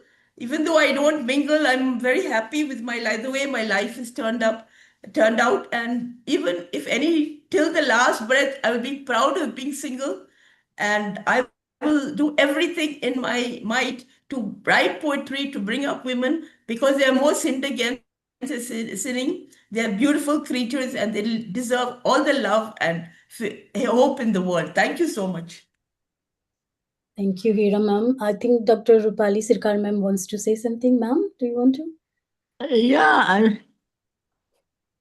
you see, I don't think that if a woman is not married, she's single, because we can't do without men, our brothers, our fathers, you know, somebody driving the bus or, metro, the men all over, but possibly if you have a good marriage, when I say good is that you have married to a confident man, your life may just move on well. Otherwise, it could be quite brutal. So I don't think you should think yourself to be single at all. You're so complete in yourself. No. And I also wanted to compliment you, Manju, for the way you have made a very academic, very scholarly presentation, and I'm absolutely impressed. Absolutely impressed. Thank you very much, ma'am. Thank you so much. Thank you. God bless. God bless. You brought all these poets, this is the first time somebody while presenting has also read out other poets, spoken about other poets. I'm very grateful for it. And I do wish to remind everybody that the theme for Women's Day is to give is to gain. That is the international theme. So this is for men and women. We have to reach out and help women. The simple thing that you and I can do are even putting poets together, inviting people on this forum, helping them to publish. There's so many things you can do, give information. Even those are very helpful things. So I think we could look at that. Yes, thank you, ma'am. Thank you very much. Thank And you, it's Sunita. reminding again that to give is also to Gain contribute, is to also to gain. gain. We are gaining the experience, love, kindness, and we are giving the support that we could possibly do for the society. And like Hira ma'am was telling, yes, definitely. And I will just quote one line from Premchand, Munshi Premchand, the writer. He said कि आदमी अपूर्ण है क्योंकि जो भावनात्मक maturity जो महिलाओं के पास है वो उसके पास नहीं है और जिस दिन वो उसे मिल जाएगी वो औरत बन जाएगा वो Yeah, can you give me the translation? I don't know. I don't know हाँ Hindi. so Hindi very famous Hindi writer, his name is Munshi Premchand. He Yes. said men are incomplete. They are incomplete emotionally because they don't have the sensitivity that women have. And once they gain that maturity, the emotional maturity, they will become female, they will become women. So we are complete in ourselves. Yes. And with this, I would like to go ahead and request our next poet, Dr. Anita Sharma, to join us and recite her poem. Welcome, ma'am. Thank you, Manju. First of all, my prayers, love and respect to Prasanna ji on this day, and a very happy greeting to all the female poetesses as well as the male poets who are here to support us on this International Women's Day. The theme is to give is to gain. So when yesterday in the evening I was thinking about this, theme, to give is to gain, I just, had two people in my mind. I thought, why not to talk to my maid in the morning? So my maid's name is Pavitra. She's a Nepali woman. So my first question when she came early in the morning, I asked her, "Do you know it's a Women's Day today? Do you know Happy Women's Day?" And she said, "I don't know, ma'am. I don't know." And the other woman is my one of my contemporary, and she's of my age and a well, reputed doctor, physician by profession. I also phoned her while she, sent me a message, and I asked her, "So, what about the Women's Day? Are you happy or unhappy?" So, on these two women, I have, written two poems today. One is in English and another one is in Hindi. On my maid, I wrote a English poem, and this poem is dedicated to her. And the title of my poem is A Poem for Pavitra. Pavitra is her name, my maid's name.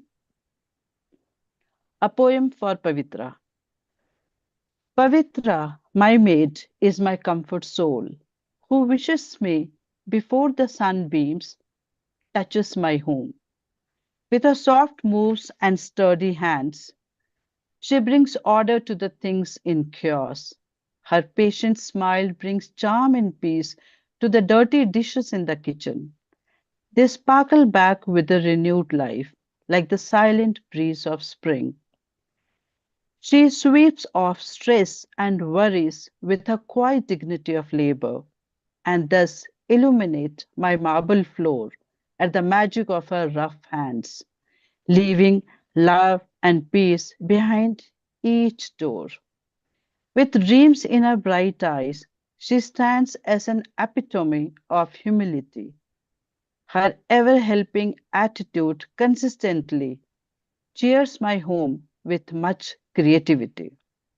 Her act of kindness and goodness meet to bring a sigh of relief to my heart in need. So, I happily dedicate my free words today to the queen of my comfort zone on this International Women's Day. So, this is, I'm really grateful because she's giving me, that's why I'm gaining, through words. So, thankful to my mate. My second poem is in Hindi, which has a theme, of a woman who's caught up in a marriage and now she's, aged like us. What she requires on Women's Day, she just wanted to, have a bit of chit chat or, a bit of time from her husband, where she could, talk to her husband. So she's really, depressed because husband do not have time for her. So I have written this poem in Hindi. कविता का शीर्षक है टूटी door. I think we were all talking about married and unmarried women. So I must share to all those women, those who say we are single. I think every woman is single, whether married or unmarried, because we have to fight all our wars single-handedly. It's only because someone is standing beside you, that is the only thing. और ये मेरी उस friend की वो जो उनसे मैंने सुबह बात की, वो इस तरह से फील कर रही थी, उनके बारे में कहती हूँ. टाइटल है टूटी डोर. आज फिर तुमने मुंह फेरा है, मुझसे मेरा छीना है चैन. बस चाहा था मैंने 2 घड़ी बतियाना, कुछ यादें ताजा करना और कुछ कल के लिए सपने बुनना. वो तुम्हारे गरूर ने तोड़ दिया रेशम का वो धागा जो पहना था मैंने तुम्हारे रंग में रंगने को. और तुम्हारा संग मैं पा न सके और अपनी जड़ें मैं भूल न पाई. सॉरी, अपनी जड़ें मैं भूलने लगी. अब अपने ही त्रिशंकु के गर्त में समाने लगी हूं मैं. जीवन की रोशनी अब सूर्य समान लगे, जहां आंख खोल न सकूं मैं. तुम्हारे इस नफरत के तेज में जलने लगी हूं मैं. देखो आशाएं अब राख लगी हैं होने. तपती धूप में मानो चलने लगी हो लू. देखो वो उड़े जा रहे हैं मेरे प्यार भरे अरमान, मेरे सपने बन आंसू. खाते गोते गर्म हवाओं के थपेड़ों में मैं खड़ी हूं बस एक टूटी डोर लिए हाथों में. धन्यवाद. Thank you. Thank you, Anita ma'am, for reminding that in the journey of our life, we are all alone. And if we have a good company to walk along with us, that's really great.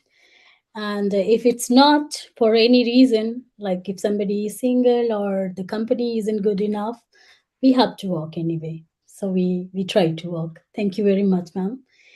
And with this, I will remember one Hindi poet called Gagan Gill. I hope आप लोगों ने नाम सुना होगा. वो कहती हैं, उनकी poems, her poetries are dedicated to inner emotional struggle, just like you were saying, just like you were talking about the woman in the poem.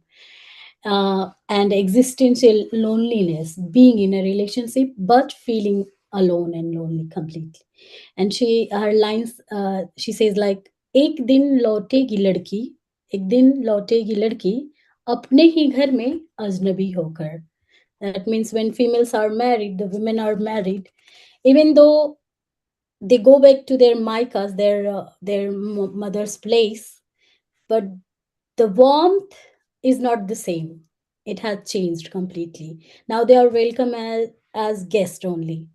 Like she has come here for a few days and then she has to go back to her place, which is also not her place, because when she is with the in-laws, she is constantly reminded, no, it's my place. The husband reminds the mother-in-law and everyone. So somewhere women is struggling to find her company and her place. Thank you very much. And then we go ahead with our next poet. Respected Mrinal Kanti Ghosh ji, I welcome you to recite your poem. जी, आपको unmute, you have to unmute, sir. Unmute करना होगा आपको.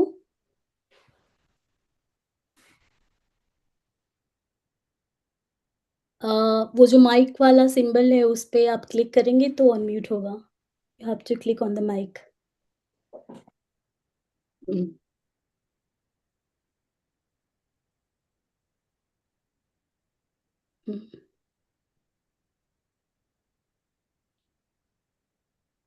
Sir, there is a symbol of the mic, you know. Are you on mobile? Can you? Okay, fine, perfect.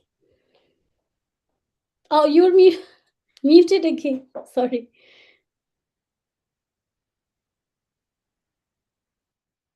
Oh, okay. I think he got some issues. So, Okay. Can you hear me? Yes, we can, but we can't see you. Oh, sorry. Mom? Yes, sir. Yes? Yes, sir. Yes. Yes, please. Yeah, thank you. Thank you. Thank you. Continue. Thank you so much. I'm reading my two little poems. My first poetry is for my mother. The clouded sky. I give sketched my mother's finger. Lonely night. My bleeding eyes. I feel my mother's breath. Her voice are returning from the ocean. Hunting night. She is near my door. The sunrise touches her lips. I feel her loneliness.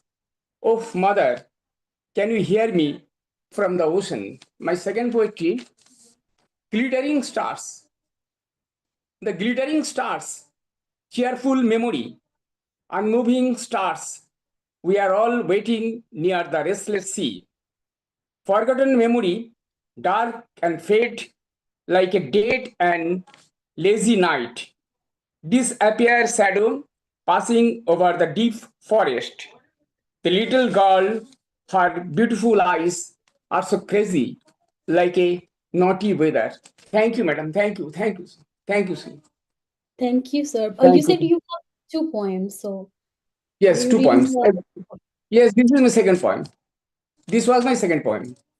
Oh, okay. Thank you. Sorry. Ah. I didn't realize they were short. Very Sorry, important sorry. poem. Very important poem. Thank you. Thank you for your beautiful lines, sir. Thank you.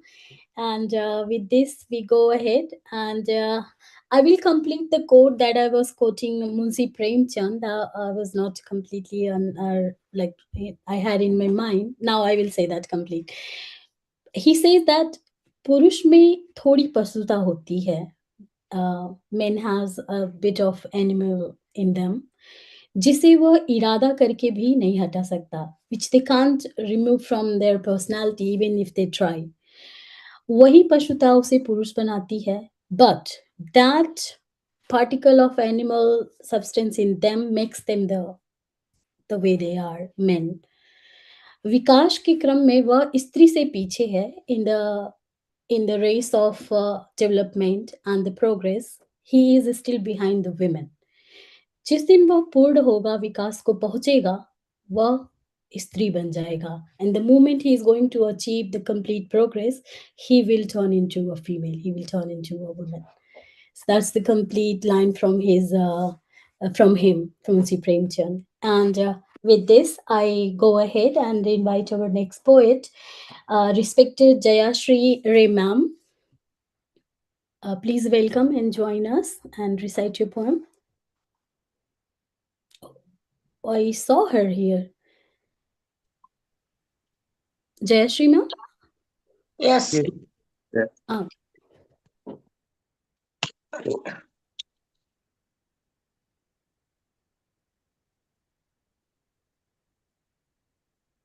Next is your turn, ma'am. Molly ma'am. I'm just I was about to call you before, but you like left in between, I guess, in the program, right? So next I'll call you. Jayashri ma'am, we can't see you and can listen. Yeah. Just I will Okay. try. You call Okay. next. You call next. I will try. Okay, then I'll call you again and we go ahead with Dr. Molly Joseph ma'am then. Please be ready for the next one. Thank you. Yes. Yes, dears. Welcome, Dr. Molly Joseph. Thank you, Manju. It is nice being with you all. Lantern, you're patiently listening to all of us. Hats off to your patience. Okay. Today, indeed, it is significant because we women were talking, opening out our hearts. Our poems do speak our hearts. And I was a little bit busy. Yesterday, I couldn't join Saraswati Poswal's because we have to move around giving talks, especially poets are invited. Wherever I go, I just focus on the kind of empowerment that women need these days. They need a kind of moral support for all the turbulence and turmoils they undergo. Yes, Gone are those days of, of course it exists even now, patriarchal yokes. But situation is changing with the new gen. Because, my son's generation and all, even when they're at work, both of them are at work, half of the work is in a very understanding way taken up by man, woman, or woman is given freedom that way.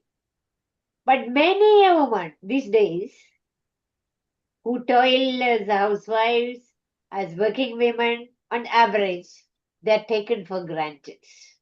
Society, patriarchy expects they're supposed to do that. Rear up the children, then do the job, then do the housework. This taken for grantedness sometimes oozes the morale of women. They need it. So my first poem is an attempt at infusing the kind of confidence in women. Oh, woman, you have it in you to stand up against the wind, undaunted, when it blows harsh on you, merciless, derailing, devastating. No, not alone you are. Or what if you are alone? In you lie the power to sprout even on arid plains. You, the Mother Nature, ever renewing, shedding old contours in tandem with the eclipse of the moon, to emerge anew, afresh, on yonder crested hills. Ever alive, you are, the fountainhead you are, sprinkling kindness, care, and love on whoever comes around, the herd of tired pilgrims. When the world gropes in darkness and fret in dismay, drooping, you shower radiance divine, igniting the guiding light. The barren bloom, birds flutter, nature rouses at your magnetic touch. The river that flows, covering caverns of herds and wounds. You, the river, you flow, you smile. Your burns turn to learning lessons for you to walk through fire with faith and hope.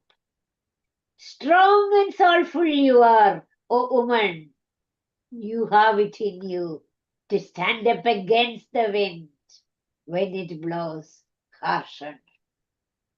I hope, Heera, you liked my lines.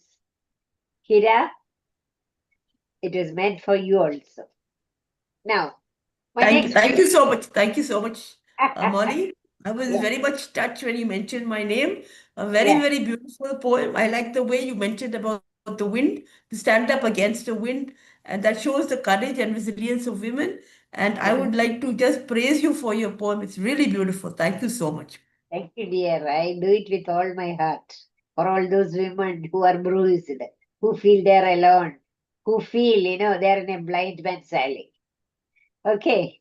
Is it enough, my dear Manju? It is has Thank been you. a long time. I mean, it has stretched a little longer, this fertile brains. So many Yes, have, but it is meaningful, and you are doing it, interspersing it with different writers and introducing different writers. Very intelligently, you are doing the weaving. I am coming across you and your anchoring for the first time. Have we met earlier? No. Yes, ma'am. I have joined Fertile Brains for poetry readings, but I'm not very frequent because I have other platforms that I organize poetry events. So, Aliji, she's a very promising person. yeah, I'm also very proud to be here. But only thing is like managing many platforms. So sometimes it's Right, bit. right. Yes, thank you. You are a teacher. You are working in a Yes, college. ma'am. I'm a teacher and a translator also. Wonderful, wonderful. Nice meeting you. So Thank you. happy Women's Day, everybody. Especially Lantenji. Thank you for being with us, this male support and your patronage. Thank you. Yes, Thank you, is everyone. Thank you so much. Manju, have you read your poem? Yeah. Not yet, ma'am. Actually, I was waiting for Jayashri Ray, ma'am. She said she will join, but I can't see her. Jayashri, ma'am, are you there? Will you read your poem? Okay, ma'am. Sure, as you command. So, I also write my poetry around the female suffering and the social issues. So, I will read one of my Hindi poems, which is quite dedicated to the female. And so, the name of my poetry is "Unhe इंसान की तरह जीना होगा." Here, "unhe" refers to the women. लड़कियां octopus की तरह होती हैं, दिन रात 8 हाथों से काम करती हैं, फिर अपनी खोल में सिमट जाती हैं। विशाल समंदर जैसे संसार में रहती हैं, पर बस अपने मन में जीती हैं। सालों साल खामोशी को उनकी सराहा जाता है, फिर वही खामोशी उनकी आदत बन जाती है। जो बिखर जाती है उनके जीवन में काली स्याही की तरह, एक स्याह रंग जो न सुबह का है न शाम का है, एक रंग जो बस पंखों के टूटने का हो सकता है, एक रंग जो मरे हुए सपनों का हो सकता है, एक रंग जो मन के भारी घाव का निशान हो सकता है। लेकिन उन्हें समझना होगा कि जो 8 हाथों वाला प्राणी नहीं है, ना उसका अस्तित्व बस कर्म करने और बनाए दायरों में घुटने के लिए बना है। उनको वापस बस 2 हाथों वाला प्राणी बनना होगा। समंदर का खारा पानी पी के ऊब-चूब होती सांसों के साथ ही, लेकिन संभलना होगा और तैरना भी होगा। और मन के सीमित दायरे में नहीं, जो वो मन में जीती हैं, मन के सीमित दायरे में नहीं, दुनिया के विस्तार में अपनी बाहों को पसारना होगा। जो चढ़ा है स्याह रंग उनकी हस्ती पर, उस पे तमन्नाओं का सप्त रंग डालना होगा। उन्हें इंसान की तरह जीना होगा। निकलकर समुद्र के गर्त से खुले आसमान में उड़ना होगा। उन्हें इंसान की तरह जीना होगा। उन्हें इंसान की तरह जीना होगा। Dedicated to all the women and their lives. Beautiful. Thank Wonderful you. poem. And you recited it so beautifully. Thank you so much. Yes. Yeah. Thank you very much. And if anybody would say anything before we end our Prasanna sir, are you there? Prasanna sir? Sir, would you like to read any poem? Okay. Okay. So anybody would like to say anything? Yes, Heera ma'am, would you want to say anything? Am I audible? Yes, ma'am. Yeah. First of all, Manju, this is the first time I've heard you as a compare, and I just admire you so much. I don't know Hindi, but the way you're so fluent in Hindi, and also you were after every poetess recited their poem, you were able to give a poem in some other famous poet's words, and I found that very, very impressive because that means your knowledge of poetry is very vast. You have a vast knowledge of poetry on almost in every aspect of life, and I really admire that. Continue doing your wonderful job. Thank you very much, ma'am. Thank you. It's really meaningful. Manju madam, excuse me. Ji. Hello. Ji. I wanted to recite one poem in my mother tongue Odia for this Sure, occasion. sir. Okay, sure, sir. Go ahead. Then we end with your poetry. Okay, thank you, thank you. You're welcome. So the title of my poem is Odia re mo kavita shirshak Mahilanko Sashaktikarana o Pratibha Samman. It is the empowerment of women and recognizing their talents. So it goes like this. नारी शक्तिशाली समाज गठनर अन्यतम बलिष्ठ स्तंभ सभ्यता विकासर सहभागी झियो माने सेमानक सहकर्मी एवं विभिन्न कार्य क्षेत्र रे बालक मानक ठारू बहु आगरे महिलांक स्वास्थ्य शिक्षा एवं स्वाधीनता उपरे ध्यान देबा अत्यंत जरूरी सेमानक निस्वार्थपर सेवा समाज पई अवदान एवं बलिदान प्रशंसनीय कन्या मानक शिक्षा और सामाजिक स्वाधीनतार दियो संपूर्ण अधिकार। नारी माने बिना शर्तरे प्रेम बलिदान प्रेरणार अतुल्य आंतरिक स्नेह प्रदायिनी। झियो मानक अमूल्य स्नेह पाइबा पई जत्न एवं पोषण देवार आवश्यकता रही। सम्मान देई महिला विश्वास एवं सम्मान रक्षा करंतु। तांको नम्रता गभीर स्नेह को समर्थन कर। सशक्तिकरण एवं अविस्मरणीय प्रतिभा दृढ़ता निष्ठा पई महिला माने प्रशंसार पात्र। आमको सेमानंकर लुक्कायित शक्ति वृद्धि पई सतत चेष्टित हेबा आवश्यक। महिला माने दुख कष्टर भार बहन करी सहानुभूतिर प्रतीक भावे हसी हसी सामना करी दुखर सागर मध्यरे फुटाई पारंती हसर फुआरा। महिला माने विभिन्न भूमिका यथा माँ पत्नी झियो और भौणी भावे जीवन रे भरी दियंती असीम खुशी और आनंद। तो this was my Odia poem. Hope you understand the meaning, but just I give some synopsis, a small synopsis. Yep. Actually, one minute. The title in this year of this Odia poem is Empower and Recognize Women. So women are the strongest pillars of substructures of every civilization. These days, girls outshine their counterparts, boys, in various fields of activities. So we must focus on women's health, education, and liberty. Their selfless sacrifice praiseworthy for their contribution to society. So let us give daughters due right to education, liberty, to pursue their own passion. Women are fountains of unconditional love, unwavering sincerity, and affection. So we must care and nurture women to reap immense benefits. So respect, trust women, protect dignity, uphold modesty, ensuring profound fondness. So empower and recognize women for their indomitable talents and strong determination.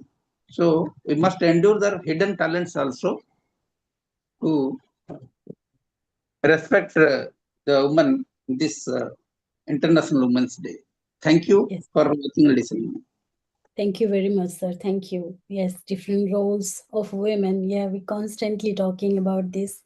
And I think with this, I can't see Jayashri ma'am, so we go ahead to the end. But before we end, I will just read few lines from Mahadevi Verma ji, the greatest poetess in the poetess. She says, चिर सजग आंखें उनिंदे आज कैसा व्यस्त बाना कि जाग तुझको दूर जाना कि जाग तुझको दूर जाना अचल हिमगिरी के हृदय में आज चाहे कंप होले या प्रलय के आंसुओं में मौन अलसित व्योम रोले आज भी आलोक को डोले तिमिर की घोर छाया जाग कर विद्युत शिखाओं में निठिर तूफान बोले पर तुझे है नाश पथ पर चिन्ह अपने छोड़ आना कि जाग तुझको दूर जाना कि जाग तुझको दूर जाना. And with this, like Roopali ma'am was saying, give and gain with the masses of give and gain on the International Women's Day. We come to the end of our poetry session from Fertile Brains, and we are really glad and happy and proud to have everyone here and listening to their poetries. Thank you very much. And if anybody would say anything, or we end here. Thank you. Thank you. Prasanna sir, we can end here.